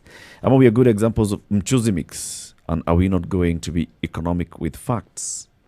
Kibet Kipkosgei says, every year students write good proposals that can take this country ahead. Is it possible for the national government to partner with universities and see through these projects that are extremely viable? And I think that comes into what you're talking about, looking at Estonia and the unicorns. Ronald Kwanzo Samba, kindly ask the guest, Mr. Ken Geshinga, what is the best way that he can suggest to enable enlightenment of the local mwananchi regarding individual contribution to the GDP? This has been a challenge for me while trying to figure the leverage on how to enable the employed become employers. Well, I think those are very good questions. But I'll start with the last one. In economics, we have what is called the competitive advantage. Any individual or any business or even any country has to really look at its set of assets and be able to assess what is our competitive advantage. In Kenya, I think areas such as tourism are places where we can make a lot more money. Kenya attracts about 1 million tourists in a year. If you look at the country like Spain, Spain has the same geographical size as Kenya, similar warm climatic conditions, but Spain attracts 60 million tourists in a year. So it tells you we are punching way below our weight in terms of tourism, for example. If you look at things like logistics, major opportunity. Only last week, the Amazon Web Services guys were in Kenya, and they really want to create warehouses where they'll be able to do a lot of logistical work, where if you order something on Amazon in Tanzania, it'll be coming from the Kenyan warehouse. So I think as Kenya, we have to ask ourselves, what is our competitive advantage? I think we have good weather, good climate. We have a highly qualified educational talent pool. I think Kenya has probably one of the most educated labor forces on the continent. Are we tapping that in terms of innovation? I think those are some of the things that we really have to ask hard questions about. So this other one of what economic model have we implemented since independence? That's a fascinating question of economic history. I'd say if you look at since 1963, we've differed from other countries in the sense that Kenya chose to go the open economy model. The three types of economics models, we have the closed model, which countries such as Cuba or even what China used to have. Then you have the open model. Kenya has chosen to go the open model, where even things like exchange rates, if you remember in the 90s, for you to leave the country to get exchange rates, you had to get a letter and go to the central bank for you to get dollars. The fact that we've liberalized that, then you can get your dollars anytime you want. The fact that things like M-Pesa. So I think Kenya has chosen the open economic model, which I think is a good thing. But I think another thing is it has left a lot of people left behind. So I think moving forward, I think part of it has to be, yes, let's inject more transparency. If you look at what are the big things that attract investment to a country, it's about openness, it's about contract enforcement, it's really about all these things that make investors believe they can invest and divest at any time. Those are, I think, the pillars that we should continue building on. With all the problems Kenya seems to have economically, would you say that we have investors queuing to come into the country, or would you say that they are exiting the country as fast as they possibly can? Actually, it depends on the particular period in time. Obviously, on the stock markets, we've seen a massive exits over the last 1-2 years. But generally speaking, Kenya still remains one of the most attractive investment destinations in the world. And even when we were raising our Eurobond, I think the weekend before there were the Mpeketoni attacks in Lamu, and a lot of people were saying we might not see anybody investing in the Kenyan Eurobond, but we saw an oversubscription, meaning that people still fancy the investment opportunities they get in Kenya. I think the challenge is when people read headlines on corruption, when people read these headlines on ethnic violence, election violence. I think those are the handicaps that keep holding the Kenyan economy back. But the person with the world record as the most traveled person in the world, he was recently asked, you've traveled so many countries, which country is an Englishman? Which country did you enjoy the most? He said Kenya. So you find there are people who definitely see the major opportunity in Kenya, but I think because of the negative, sometimes energy we have around corruption, all these things, public debt, sometimes they prevent us from seeing the positive sides of this economy, which is about innovation, a very young labor market. The average age of our Kenyan labor force is 19 years. So we have a very young economy that can really thrive if it's given the right environment by the government. What's it going to take to really feel the effects of the trickle down? Because we talked about, our GDP obviously is not doing very well. And because we see that a lot of that is ensconced in the public. Now, how are we going to get that into the hands of the private? Because for you to be able to tell how well a country is doing, if you look at the individuals that make up the country and then what they're able to to own, buy, and operate within the country, then is very telling of its health, as an economy. What's it going to take to get us to be a healthy economy? It's going to take a commitment right from the top all the way to the bottom to supporting entrepreneurship and the private sectors and SMEs. Even the president apologized last year. He said we've not done enough to support SMEs in Kenya. So what does this mean? This means access to credit. I think last week we saw banks, they launched the Stawi loan, which is going to lend money to businesses at 9% per annum.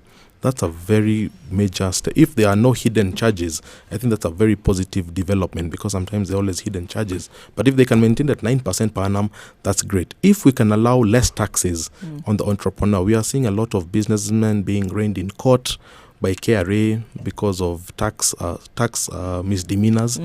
If we can really try and balance that, we're saying also these entrepreneurs are creating jobs, and those jobs are creating livelihood. So I think in any economy, there are 4 factors of production. There's land, capital, labor, and the entrepreneur.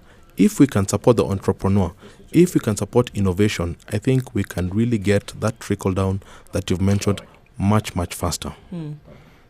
When you say support innovation, would you recommend that maybe the government actually invests in these firms as opposed to just creating a a conducive environment economically? What about actually investing in these private startups and so on? Would that counter the sort of tenets of capitalism, or? I would be very wary of that. I think the principle of subsidiarity always says what the lower body can do, let not the higher body do. So I think the government needs to provide justice, peace, law and order. Businesses are much better in looking at managing businesses. What people worry about is our justice system. People say it's underfunded. If I take you to court, it's going to take 10 years to get any reprieve. If the government can sort out those things around the legal sector, the justice, let businessmen invest in innovation because they know exactly what is the disruptive nature of the innovation, what will be the returns from that innovation. So I'd be very wary when government gets directly involved in that. I think... Hasn't that been the model with China in terms of ensuring that Japan. manufacturing and industrialization, because we can't entrepreneur ourselves into development or out of poverty. It's definitely an avenue that we can explore and should be explored and invested in. But in terms of reaching economic development, I think most countries, and we can all agree now, it's industrialization. That's the way forward. So as an individual who has maybe the know-how and the innovation, unless the government actually invests in you, we're not going to actually be able to scale up to the levels that we would need to reach economic development. When it comes to manufacturing, the big topic has been about the cost of energy. If the government can make great policies that can reduce the cost of energy, I think that's a great contribution. That's enough? Well, those are the policy level things that would really, really benefit. I think what history has told us, even if you go to the Japan and the South Koreas, it's still, those companies are still held in private hands. China? This conversation continues. We're coming to the top of the hour. It's coming to 9 o'clock. This is Kenya's biggest conversation, the Situation Room. In the studio this morning, we have Mr. Ken Gishinga. He's an economist. He's telling us a lot about our economy. You can call in the next hour. Good morning. It's 9 o'clock.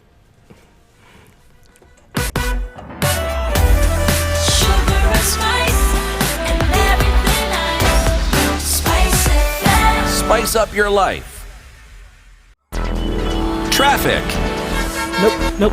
I don't have good news, unfortunately. Things have not changed. Coming off of Langata Road and also coming off Thika Road, it is not good, especially now that we have a record 4 accidents within the CBD. So really interesting at the mouth of the CBD when coming in from Langata Road, coming in from Westlands, coming in from Thika Road, we have had accidents there. So it's not possible then to get in as fast as you would have liked had you then made it through the crazy traffic that is Tuesday morning. It's jam after jam after jam. No butter. 0719012600 is the number to call if you find an alternative route. Right now, I don't have the best news, unfortunately.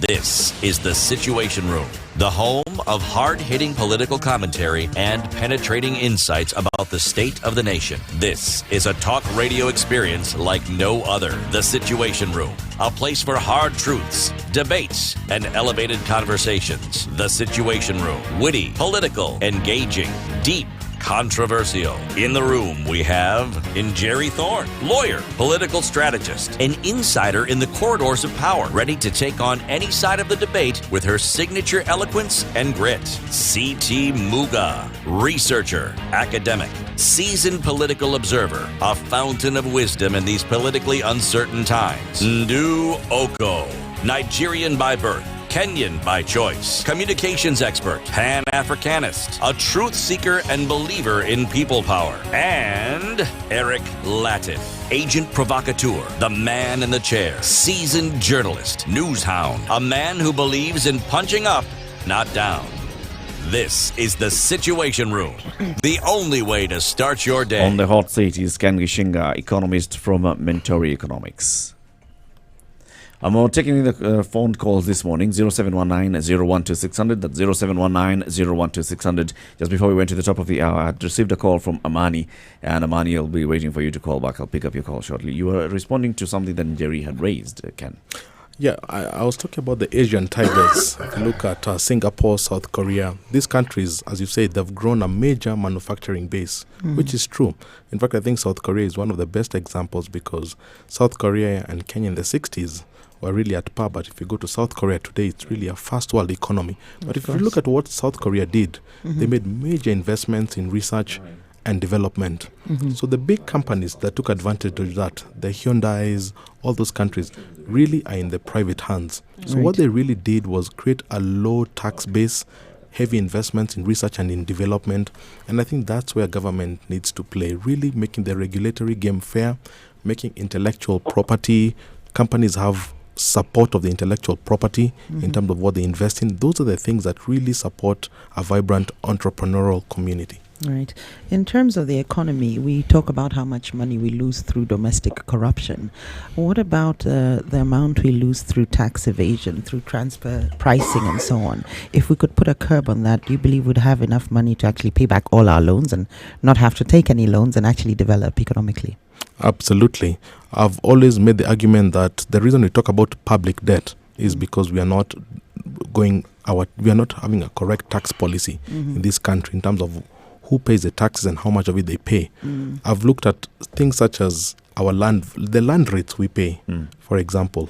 They are way out of sync with the market prices. And those are the things that make the Kenyan coffers empty and force us to go towards public debt. So I'm glad, for example, right now they're doing the land valuation and people will be able to actually pay the fair amount on the land they have, for example. So I think those are the things that can make Kenya become a self-sufficient country that can lend to other countries, not borrow. Not borrow. It's actually a good word. It is. Let's bring in Amani.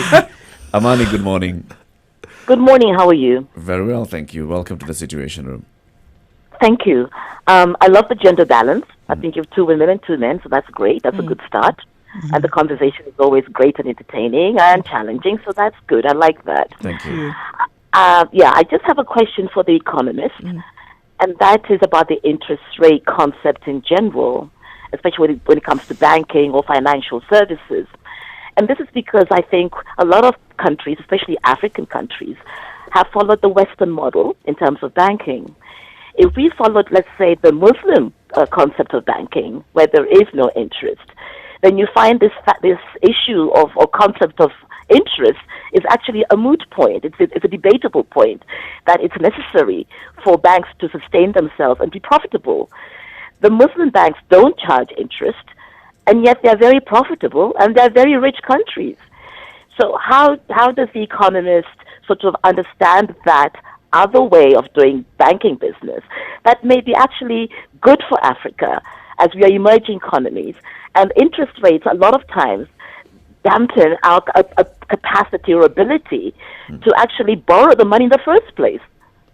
Thank you for that question. Ken? Well, that's a very good question and a very powerful one. First of all, let's analyze what is an interest rate and what is a just interest rate and what is an unjust interest rate. If you lend me 1 million shillings today and you told me, Ken, I'm giving you 1 year to repay it back.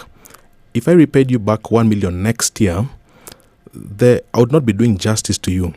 Because of inflation, the purchasing power of that 1 million will have reduced because inflation is going at 5%. So what you'd have purchased with 1 million really is much less. So it's only fair that I pay you a small interest rate to compensate you for the loss of value of that 1 million. And that is what is called a just interest rate because of inflation and the purchasing power is changing.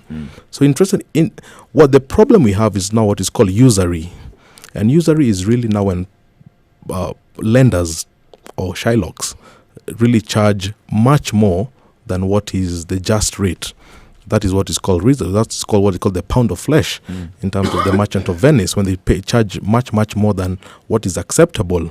So if we can go back to that just interest rate where inflation and interest rates are almost at par and inflation is at 5%, I think that would be fair. I think if you look at the Muslim model, it's a bit different. I don't think we can say it's an apples to apples because, yes, they don't charge riba, they don't charge interest rate, but they get a share holding in your business, which also has its shortcomings. For the duration of the loan. So in terms of your ability to also manage your business, it also has its own dynamic. So instead of them having a debt position, they have an equity position, which also has, so I don't think it's fair to say that it's an apples to apples comparison. I think it's really what is the nature of the business, and are you comfortable with ceding part of your business to the financial entity? Some people say yes, but most people say, I actually want to just maintain my business. I'll pay you your interest rate, but let me really... Is it not the same thing? It's just being reframed and the construction repackaged so as to fit into the laws of the Quran. Because at the end of it, there's profit. Is that not so? You would still pay the same amount of money. Yes, I mean, it doesn't matter how you twist it, but it's profit. It's profit at the end of the day. So what would happen, according to the woman's suggestion, is that as opposed to countries like Kenya owing debt, you'd have China owning a part of Kenya up until we repay our debt. So they'd be taking a percentage of our GDP or what have you, which in essence is us. And then have one of our assets as collateral. Exactly. In a sense, if you look at the Jomo Kenyatta to Westlands Expressway, that's the model they're actually proposing, where the contracting company really builds the facility and really runs it and gives it back to government once it has paid itself back. Right. So that's a model. So which is a better model? I think you have to look at what is the investment, because if you look at that expressway, Kenyans will be paying 300 shillings a day to use it. And that's if you use it two-way, that's maybe even 600 shillings. And none of our taxes would have been used to build it in the first instance. So we're not being double charged. You are not being double charged, but people might say the cost of living might actually go up. Yeah, in terms of you having to factor 600 shillings in a day, in a month, you're talking of almost 18,600. Yeah, that's quite a lot of money. Yeah. So this would be a profit-making company that's making money from these tolls, or this would be another government, the U.S. government, or? No, this would be a company that would really, it's done its projections. Right. It's saying it will have about 55,000 cars going on. I don't know how long, but they've done the model, and they say it's a model that works for us. We are willing to put in our own money because we can see. So where do you stop with that? Because you could have private companies owning everything in Kenya, from the SGR to buildings and so on. Where does sovereignty or things like military operations, if there's a terrorist attack, who owns this property, or where do you draw the line? Do you just keep going and having private businesses actually build your country? I think that's at the end of the day, that's really the debate between capitalism and socialism. How far do you go in terms of having businesses in? The beauty about capitalism is it creates efficiency. The problem with capitalism is it creates inequalities because profits are concentrated in the hands of a few. Right. So I think those are the choices that every economy has really to assess and say which actually works best. But those aren't really the choices, are they? I mean, you could even have a mixed economy. Is that not so, wouldn't you? And that's what we have in Kenya. Yes. What Eric mentioned, certainly, was the build, operate, transfer model, which a lot of parastatals use, where you get a restaurant, maybe the KWS gives you a piece of land, you build a restaurant in there, you run it for 15 years, you get your income, and you hand it over to KWS, for example. So there are many models we should explore. At the end of the day, I don't think it's really to say which one has optimal benefits to the country. At the end of the day. Yeah. And I think we had Eric, there's something you want to say? No, just go ahead. I just wanted to say that the expressway is actually a build, operate, transfer model, where after a couple of years, then the road comes back to be owned by the citizens of the Republic. Was there not a similar thought on this highway which was supposed to go to Mombasa? The one all the way to Mombasa, similar project with, for example, the Amu Power, the Lamu coal power plant. There are quite a number, actually. But the problem with these, with such models as well, is they create more avenues and platforms for sort of corrupt dealings, because of course there's kickbacks depending on the company that's then coming to build this, as opposed to the government actually taking out a loan, which would be there for the duration. No. And eat the money. No. The government model is much worse. Because also we don't know the quality. We as a citizen, we don't know the quality of this particular company. It's an independent company from the US, let's say, coming to build these roads. But they have a track record for building roads. And their roads, we know that they have built. I think it goes into the procurement process. How do you identify that company that you actually get into a partnership with? And that's what I'm saying. It creates a lot more platforms for corrupt dealings, because then it's who gives you the biggest kickbacks and so on. It's not the best company that you pick. It's not the cheapest company. It's the one that whoever's negotiating with gives the most money. Yeah, but what's wrong with that? Well, maybe there's nothing wrong. Maybe we need to restructure corruption Just into our dealings. accept and move on. Ken, we want to thank you very much for joining us this morning. You've given us a lot of insights. So let me just give you this one to give us your closing remarks, your parting shot. What did you give as advice to the people of the Republic of Kenya, starting from the presidency? I think I'd say just a reminder that Kenya is an incredible economy with so much potential. When you look at about our youth, we said the median age in Kenya is 19 years. So we have what we can enjoy is what is called the demographic dividend. If we make our right choices in creating jobs that allow opportunities for these young people, these are young people who can really end up transforming the economy. So embracing the innovation, protecting the innovation, and really creating an environment where we are not seeing Kajo chasing people on the streets for taxes, but we are really seeing innovation hubs coming up and government giving small companies a tax break and really giving them maybe 3 to 5 years to really find their feet before they start paying. So I think we need to first create, we don't have a tax policy in Kenya. We've never had one since 1963. So we need to have our accountants, our economists craft, for the first time in Kenya, a tax policy that really supports enterprise and really thinks about Kenya in the long term. Asante sana. This is Ken Gishinga. He's been on the hot seat. He's an economist. He's the chief economist at Mentora Economics. Thank you very much for joining us. Of course, we'll be inviting you again because we have a lot to talk about. Every time we talk about all these mega projects and everything, we want to have a voice from an expert. I'll be calling you again. Thank you very much. It's 13 minutes past 9 o'clock. This is Kenya's biggest conversation, The Situation Room.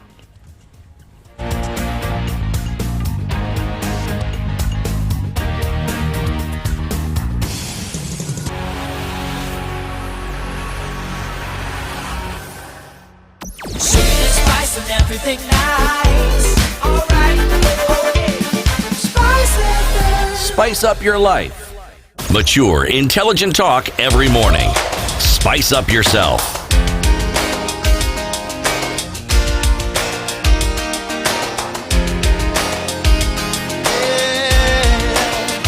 Mornings done right. 94.4 Spice FM, Nairobi. So today, of course, at KICC Nairobi, between the 12th and 14th November, we have a summit, the ICPD 25 Summit, and it's to bring people together, governments, women, young people, UN partners, civil society, private sector, to advance implementation of the program and discuss what's topical. Now, there's been a lot of backlash to this because on the agenda of this population symposium is gay rights, which of course were recently ruled, or rather homosexuality was recently reinforced. Its illegality was reinforced by a High Court ruling in May 2019. Now, just because a high court has ruled something, it doesn't make it right. This is something that is still unconstitutional.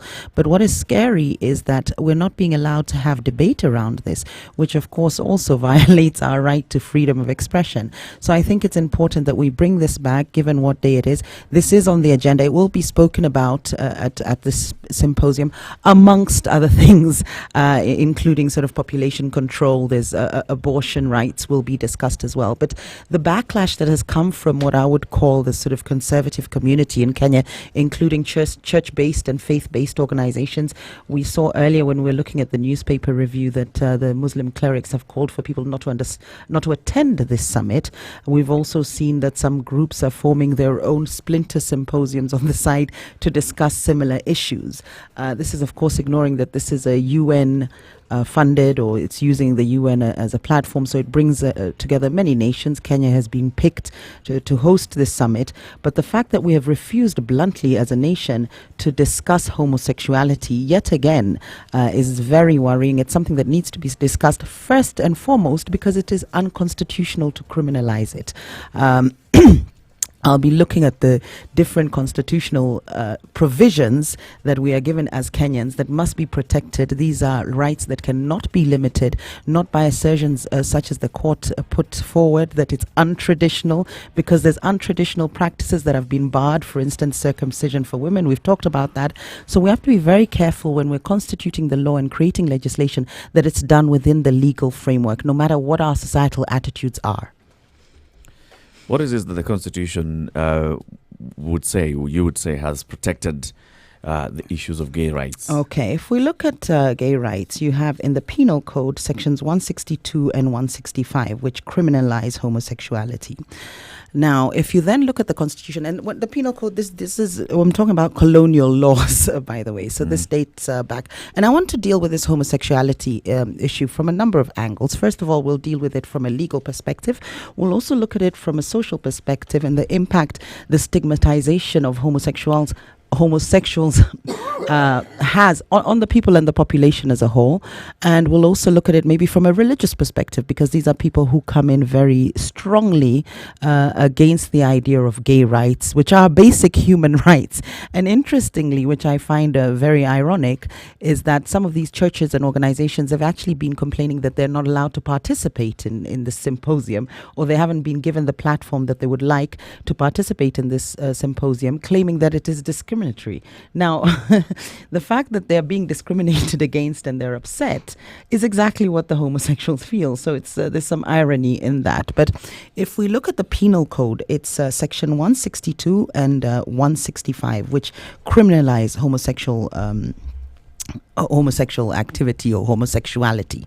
Now, if we go back to our Constitution, we are actually protected against discrimination of any sort, any minority groups as well. And we can now say, because what they're saying at the moment is we don't have enough homosexuals, without putting it into too many words, we don't have enough of those for us to have to consider them. So we can consider homosexuality a minority group and they're being discriminated against.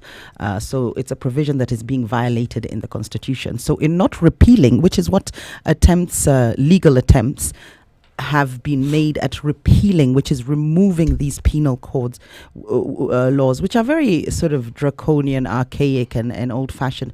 And you've seen some of these laws actually being dropped in order to give effect to the new constitution. If we look at things like liability, there was criminal liability for defamation before you could actually go to prison for defamation. So you and I, Eric, we speak and maybe we speak ill of somebody, we could actually go to court, and it was realized not court, you could actually go to jail. So it was a criminal liability. Now, as a result of the Constitution, which gives you the freedom of expression, this penal code, or this provision in the penal code, had to be removed so as to give effect to the Constitution. Now, this is what needs to happen with the gay laws that we have at the moment. That is my assertion today. Of course, there'll be a lot of backlash as a society. Perhaps this is something still too much of a taboo to have discussions over, but given what is happening in Nairobi at the moment, and the fact that there's actually been tensions between different groups from civil society through to church-based organizations, I think this is the time to have this conversation. So from the onset, the ICPD plus 25 is organized by the government, right? With the support of... in partnership, the Danish government is heavily invested in this, and of course the UN. Yeah, got a number of CBOs. And CBOs are there. So the government... Civil society, private sector as well. The government, by actually, sponsoring or even organizing this meeting and allowing this agenda to be there. So the government is open to having this conversation about homosexuality and the impact that it has on population growth. So it's the rest of the population and these interest groups that come in and say, all right, so why are we having this conversation at this particular forum now? That's basically the bone of contention presently, right? Well, why is it an issue? You know what muddies these waters is that the discussions around it are never logical. The church comes in and it's emotional about it, and they will quote scripture and interpret it, and others will come in, and you see, the moment a discussion that could be academic gets into rights and wrongs, it's emotional. So logic will fly out the window. I'll give you an example of what I mean. The scriptures that is often quoted is probably the epistles that Paul wrote, when he talked about people being immoral, and men changing what they call natural lusts and exchanging it for unnatural lusts. But this was based primarily, as some theologians will assert, in the culture of the Jewish people. I don't even think there's a word for homosexuality then. I don't think they understood it. It's been not directly, but it was interpreted from the Greek thing. It's interpretations. That's why I said scholars will have different and there'll be a cultural bias in this interpretation. There always is a cultural bias when you discuss these things. But the discussion they were saying was Paul talking about people who are heterosexual, then having homosexual relationships, or was he talking about people who already only inclined to homosexual relationships? Yeah, and that's where the religious debate comes You see, in. I'm giving an example of the sort of debate that arises now. Many people won't even allow themselves to have this debate. Now, we're not a theocracy, so if we were, then we would have those debates of how, when I say a theocracy, in that church doesn't run this state. So if we were, now those are the debates we would be having, and as far as the law is concerned. We're a democracy. We're voted for a constitution that protects the rights of every Kenyan, including the rights of minorities not to be discriminated against. So if I can just state what the law actually said, whereby says at the moment sodomy is a felony per section 162 of the Kenyan Penal Code, punishable by 14 years imprisonment, and any sexual practices between males, terms as gross indecency, are a felony under section 165 of the same statute. Now, these are laws that were brought to us. When I say brought to us, they're colonial laws. With the new constitution, this must be repealed so as to give effect to the provisions of the constitution. But it exists as we currently speak, correct? What exists? That particular law.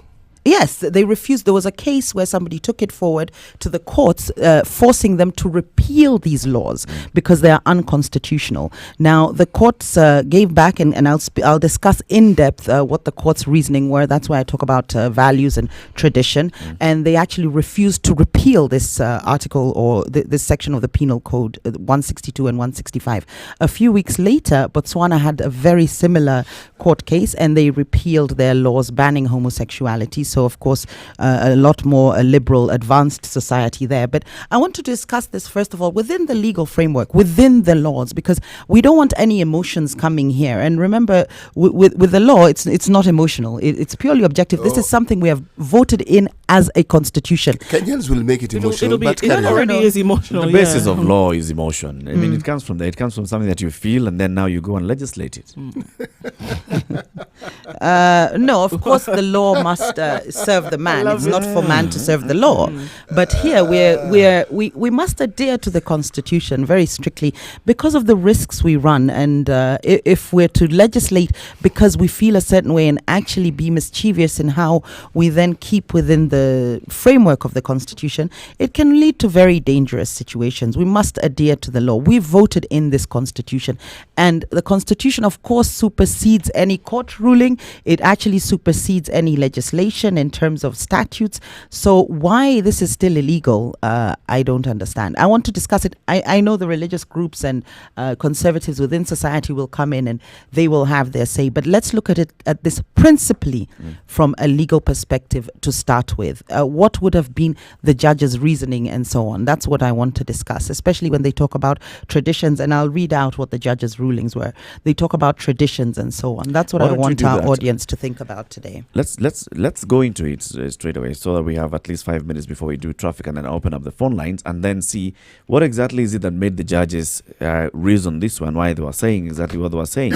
And this conversation, like we were saying, so people have come out and said, why are we having this conversation at this point? What's the importance of having a conversation about homosexuality? I mean, and even we've had the president at one point being asked, and he was asked when he went to the Christian Amanpour show, he was asked when he had a press briefing with the President Barack Obama of the US right here in Nairobi. That question was asked by an American journalist, and he said, you know what? For me right now, in my country, it's a non-issue. I have other things that I need to pay there attention are other things. It's a non-issue. It hasn't come up as an issue in the society. So why am I discussing it if it's not yet an issue?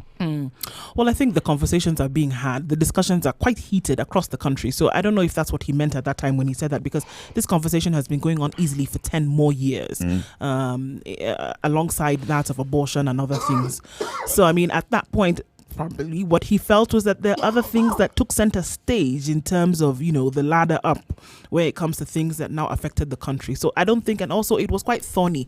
And I think at that time, he didn't want to get into the discussion. You must remember also it came off the cusp of Obama now being very clear, because his speech just before that question was asked was also very clear, where he made that famous statement that you should be able to love who you want to love. And that's what Obama said. And he made that statement here in Kenya. Now, at that point, Uhuru responded the with... question is asked to the president immediately. And Uhuru responded and he said, it's not an issue for us right now. Essentially saying that I have other things on my plate. You know what I find interesting, particularly interesting? This particular matter that we're now discussing brought about very heated emotional discussion similar to the issue of whether the Muslims in this country and the issues that pertain to them, especially their court, should be in the Constitution. It was a major issue. Now, I ask myself, whether it's the evangelical, whether it is whatever church form that we have, why don't they spend this amount of energy fighting for the rights of the downtrodden? Why didn't I hear their voices when we were talking about interest rates? Why don't I hear their voices when they're talking about things that happen to their flock, things that happen to people who attend the churches? Why doesn't one hear their voices? I'm not saying they shouldn't voice something they find displeasurable, but how does homosexuality influence whether Kenyans are poor or not? How does homosexuality actually interfere with the day-to-day rights of Maybe every that's Kenyans? what the president meant when he said it's a non-issue. Why it does not angeza anything to the sufuria of ugali, and it's which not has aflatoxin. And I think I see where the president was coming from actually, which is slightly different from where you're seeing it, Ndu. And I think for me, I was saying he is saying this hasn't risen to a national discourse. Although so having don't said bring that, it to my the table yet. state discriminating against a minority, of course, there's then health concerns caused by stigmatization in that they have no access to health care, the spread of disease and so on. And remember, this is a colonial law brought on by the British. So I keep saying we're not a theocracy. I don't want this to be a debate as to what the Bible says. That's another pillar which we can bring in terms of the law must reflect our values as Kenyans. But in doing so, there will be some constraints, there will be some compromise in terms of values, and appreciating that the law must also be able to uphold itself, in that there is a constitution. There is a constitution that we must adhere to when making laws, because otherwise it gets very dangerous. This is a constitution that we all voted in. Interesting that you call it, you say it is a colonial law, because coming, or rather, an element of colonialism that was then impressed upon the people. Because out of the same UK, then you had the first openly gay bishop that was then now pronounced to the rest of the world. The church back in the UK. The church's attitude is definitely changing even in the UK. I think the UK decriminalized homosexuality back in 1966. So it's what I would call a progressive society. I'm a liberal, so for me that's a progress. But in terms of the church, they themselves have been very embracing. As you say, you have now gay bishops in the church, but also the Pope himself, some comments and utterances that he has made, for instance, him saying homosexuality tendencies are not a sin and talking about not judging others. He's had a very conciliatory tone, which is very telling, because, we do evolve as a society, and the Bible must also evolve. Perhaps it's an interpretation. We can be a little bit more liberal in its interpretation. So the churches for sure are beginning to look at this very differently. On that particular matter, they will not evolve. The Bible will not let me evolve. just put it clearly. It's not going to happen. On this subject, they will not evolve. But here we have gay bishops. Isn't that an evolution? But it doesn't mean that the Bible itself, in terms of now what was put down, will What evolve. will happen is they will find a way of interpreting the provisions within the Bible, or the chapters and verses within the Bible, to fit that. You've talked about gay bishops within, say, the Anglican Church. The Episcopalian Church, which is the equivalent of the Anglican Church in the U.S., Yes. it split the church. Exactly. It did. Right split down the the church middle. right It down the split middle. it. But do you nicely. remember divorce, hot for issue. instance, was did divorce evolved, and it was something that became acceptable. It was something that not only would society ostracize you for, but the church would actually, what's the word when they kick you out? Discommunicate you. Excommunicate that one, yeah. So the church would do that. Why don't you just say miscommunicate you? It's 9:30. Let's take a look at what's happening on the roads. Good morning. Classic soul, R&B, smooth jazz, neo soul, and nostalgic ballads. Make some noise. Yeah. You're listening to Spice FM. Traffic. It's a parking lot. I know fish shout, as they say. Really, nothing is happening today. And if it's any day we're going to say it, Wahala Day, everywhere you look, from Valley Road to CBD, Langata Road, coming out of Westlands, Thika Road, Kiambu Road, Wahala Day, Nasoi B. I know fish shouts, unfortunately. Nothing else to say. Sit it out. We'll see what happens tomorrow. Abi? Mature, intelligent talk every morning. Spice up yourself.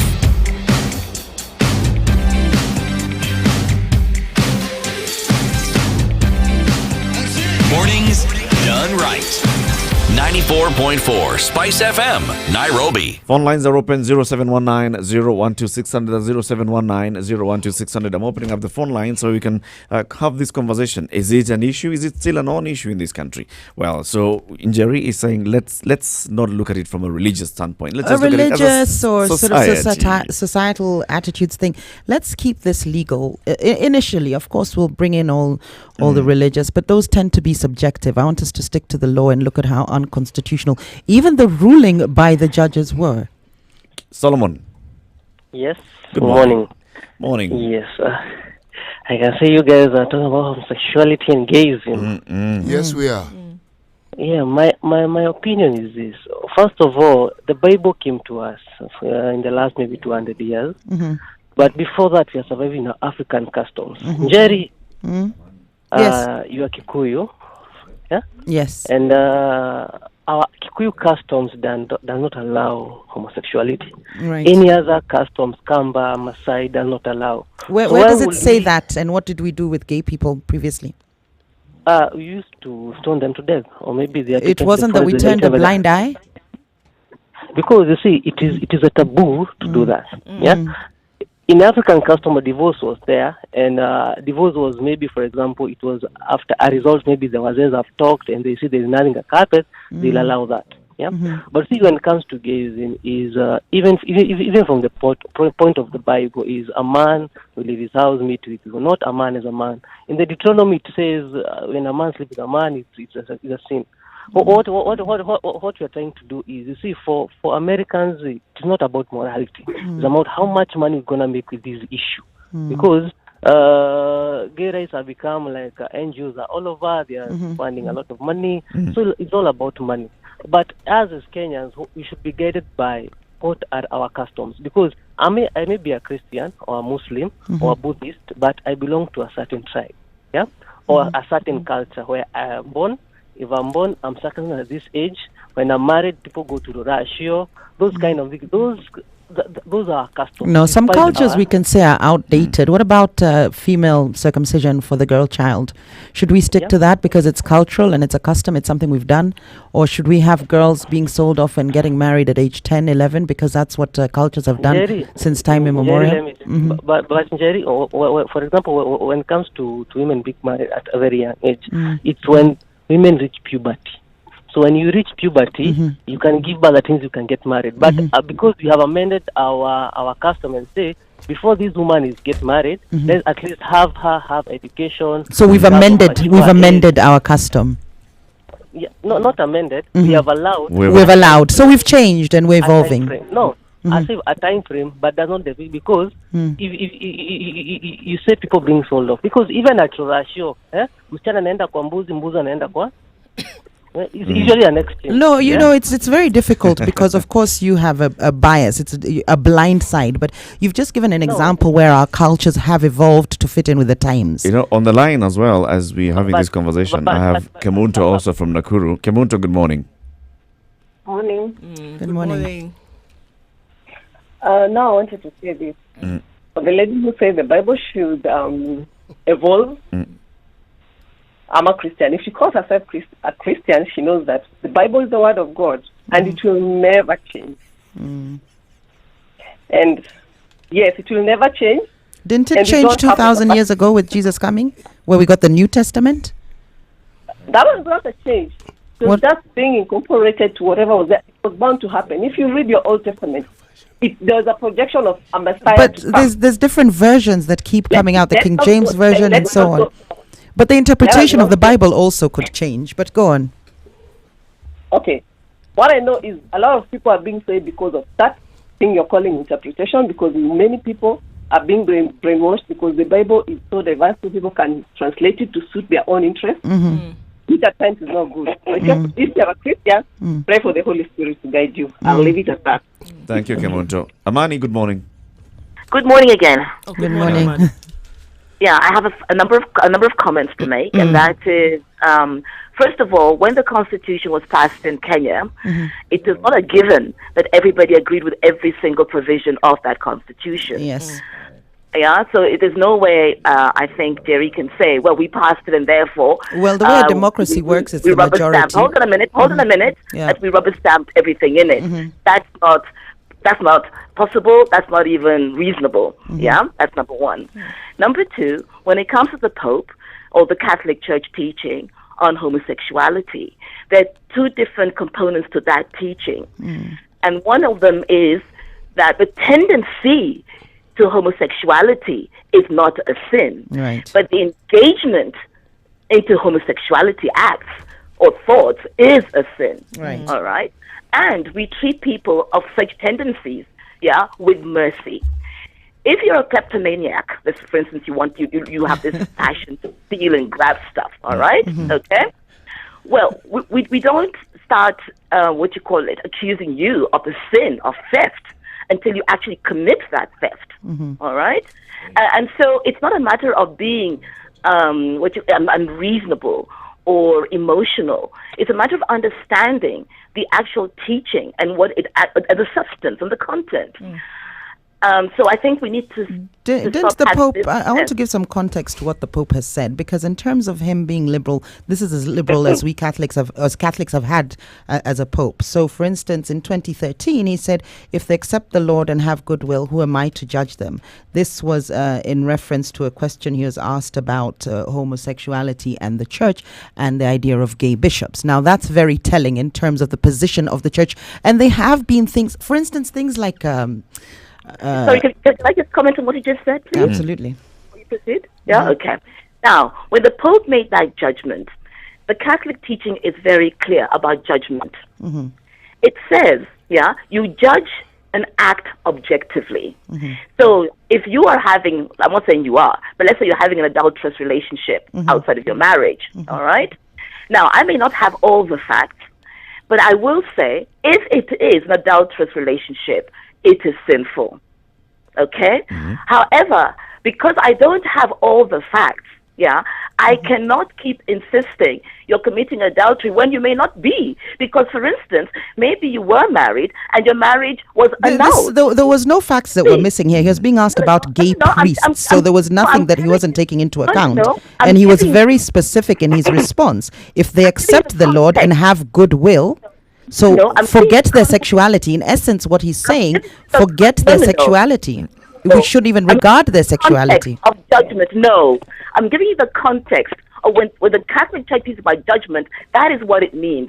If you don't have that background or understanding, then you will misunderstand as you have, and many other people. And in fact, BBC came up with that particular story again, asking the actual, I think, was it the journalist who reported that, and he actually said, that journalist, I lied. Okay. Oh, the journalist said I lied. Yes, he did say that. I lied. Right. I'm actually looking at the quote itself, and we can go back and correct this. We'll have this discussion another time, and I can look at the veracity of that statement. But it was well known because it resonated across the Catholic community in terms of, I don't want to call it clemency or leniency from the Pope's part, but there was certainly a pivotal point for Catholics in terms of the Pope's, in terms of a conciliatory tone. Amani, the Pope definitely has that. Amani, what you're saying is that... Yeah, let's have Roderick. Roderick, good morning.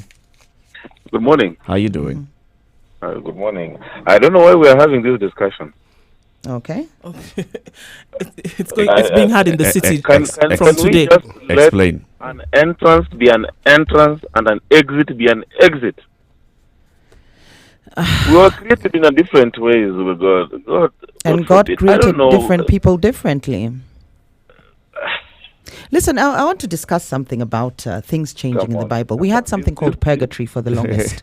Roderick. Yes. No, I'm not going to entertain that. It's so basic. Let's just have morals as a society. We just allow very many things to come into the fray. If we allow this homosexual thing, there are other very many people on the sidelines waiting also to jump into the fray.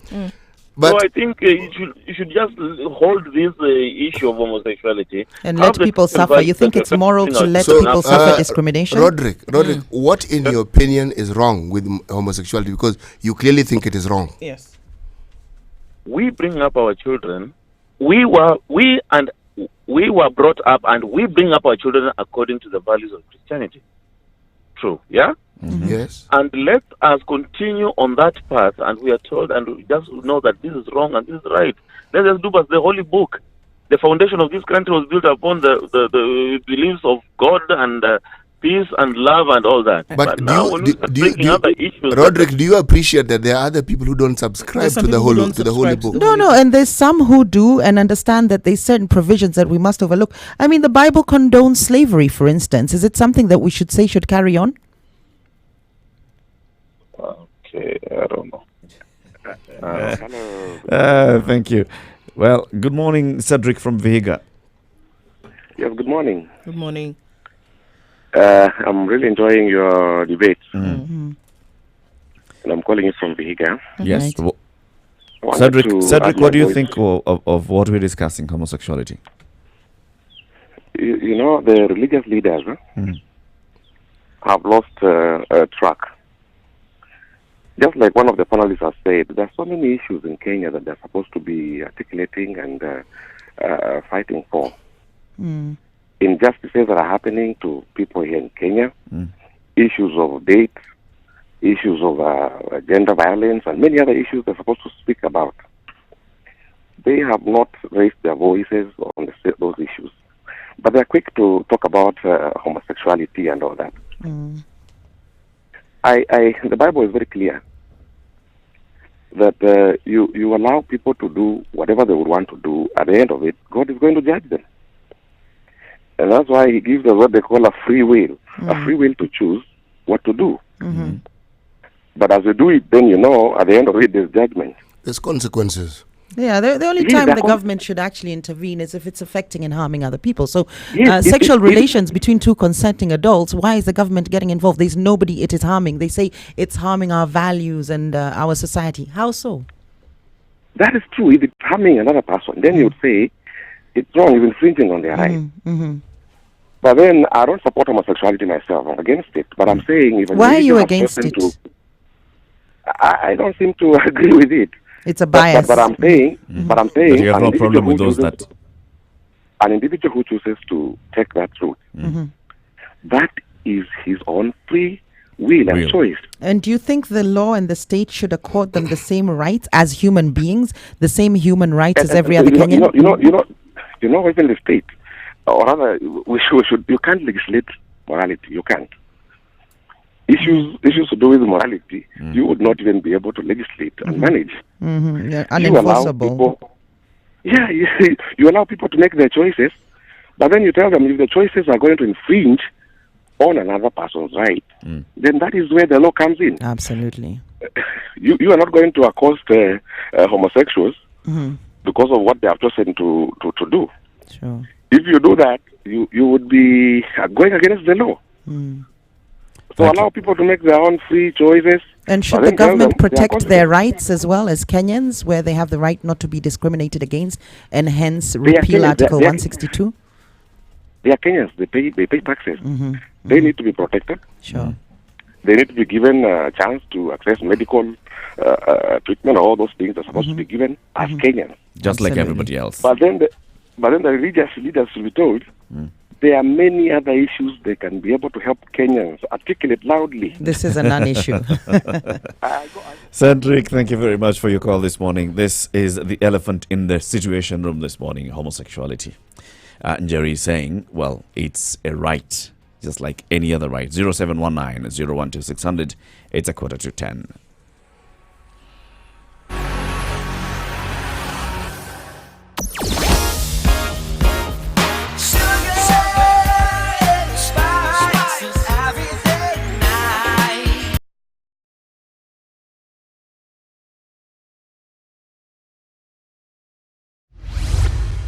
Mature, intelligent talk every morning. Spice up yourself. Mornings done right. 94.4 Spice FM, Nairobi. Okay, so we're having the discussion on homosexuality. Now, it's not a subjective thing. It's not as to whether, you're for or against it. My contention today is that the refusal by the courts to repeal Article 162 and provisions or sections 162 and sections 165 of the Penal Code, which criminalizes homosexuality, was actually unconstitutional. Now, we had somebody phone in and say, well, we didn't all vote for the Constitution. We didn't agree with every aspect of the Constitution. That will never happen. In a democracy, if the majority votes in a Constitution, it then becomes the Constitution, unless, of course, you have a referendum and you make amendments. So it's important at this stage, I state that the decision by the High Courts on May 2019 not to repeal Article 162 and Section 162 and Section 165 is actually a gross violation of our Constitution, whereby you have a right not to be discriminated against on any basis, religious background, gender.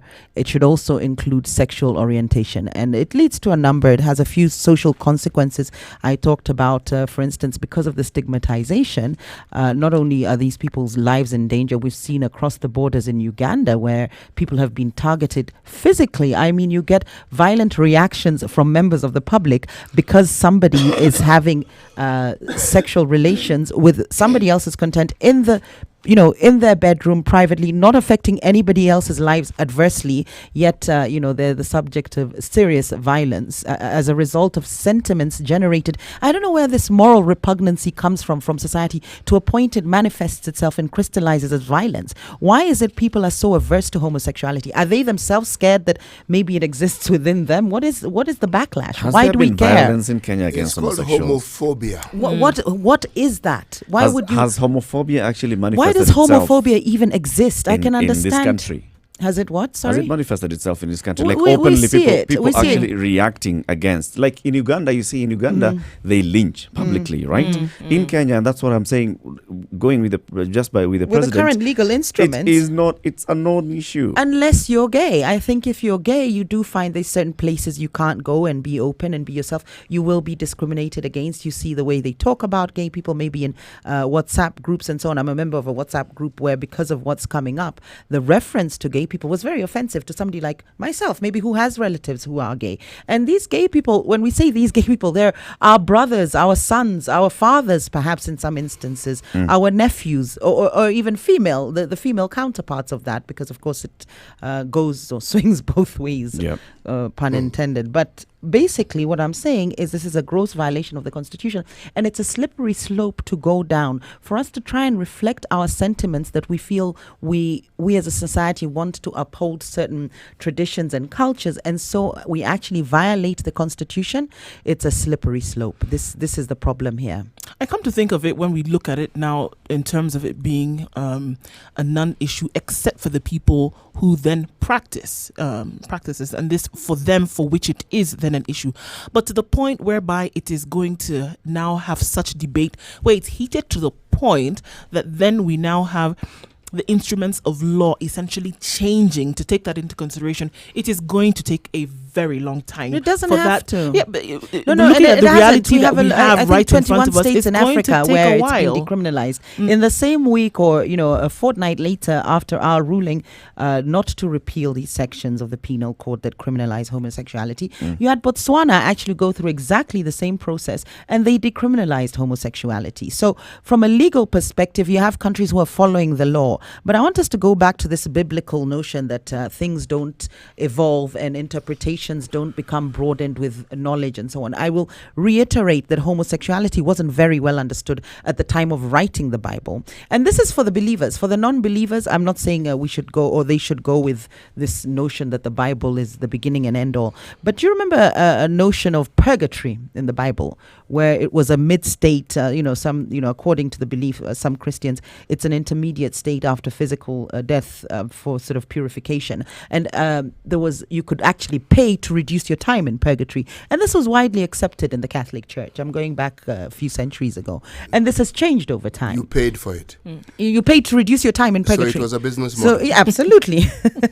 But all based on sort of interpretations of the Bible, which as I say, can evolve as society and knowledge develops, and we can have broader perspectives in understanding science and so on. Somebody called in and said, well, we Kikuyus, we used to actually stone gay people to death. We had the same stigma for, or we ostracized people with mental health illness. We said it was a curse. But as we Not come only to that, understand... you left the aged. And Absolutely. infirm, So just somewhere because in the something bush has to be been eaten by done wild for animals. centuries, it doesn't then make it the right thing to do. And as we acquire knowledge, we can actually refine our morality as opposed to cascading and ostracizing members of society because of their sexual preferences, which might or might not be a choice. I think that's yet another debate to be had. But even if so, why should we, first of all, cast judgment if we're looking at this from a religious perspective? If we're going to look at it from a societal perspective, surely we must evolve. We've done so with regards to circumcision, child circumcision, a female FGM, for instance. We've done so with regards to slavery, which is also biblical, but I'm sure was also in traditional times whereby, you know, banditry, and we go and get people and we could use them as slaves. We have abolished a number of practices that are not just outdated, but as we develop as a society, we start to see that these things are not as moral as we initially thought they were. So we can actually evolve both religiously, both as a society, but in terms of legally, I don't think there's any scope to say let's evolve. Let us do the right thing right away with these legal instruments. The argument is not just religious from the Christian perspective, but it's supported by the fact that it is un-African. That is actually not true. The law itself in the penal code, I'm not even going by the law. Culturally, I'm just talking culturally. There are many African cultures that actually had homosexuality. They did. Right? They had and practiced homosexuality widely. Yes, and it was even structured. Now, the thing about religion that makes it interesting is that the Christian faith that is supported by the Bible that is being quoted is an external and a Western construct. Okay, so you are on the one hand saying it was brought to us, so it isn't ours, and then you use arguments from this thing which was brought to you, which isn't ours, to support a view. And this view, that's why I'm calling it homophobia. It is your view, really, because it is your aversion to something you don't fully understand. It is your aversion. Christianity could fear. be argued to be un-African, as he says. Cars are un-African. That you Condoms are un-African. That's Radio is un-African. Anxiety and fear from something that an individual, because they represent something. Now, morality, as I said, is never handled logically. It can be, but people get emotional Speaking of morality, do you remember in South Africa, and this is how laws and society changes, do you remember in South Africa there was the Immorality Act, whereby sex between a black person and a white person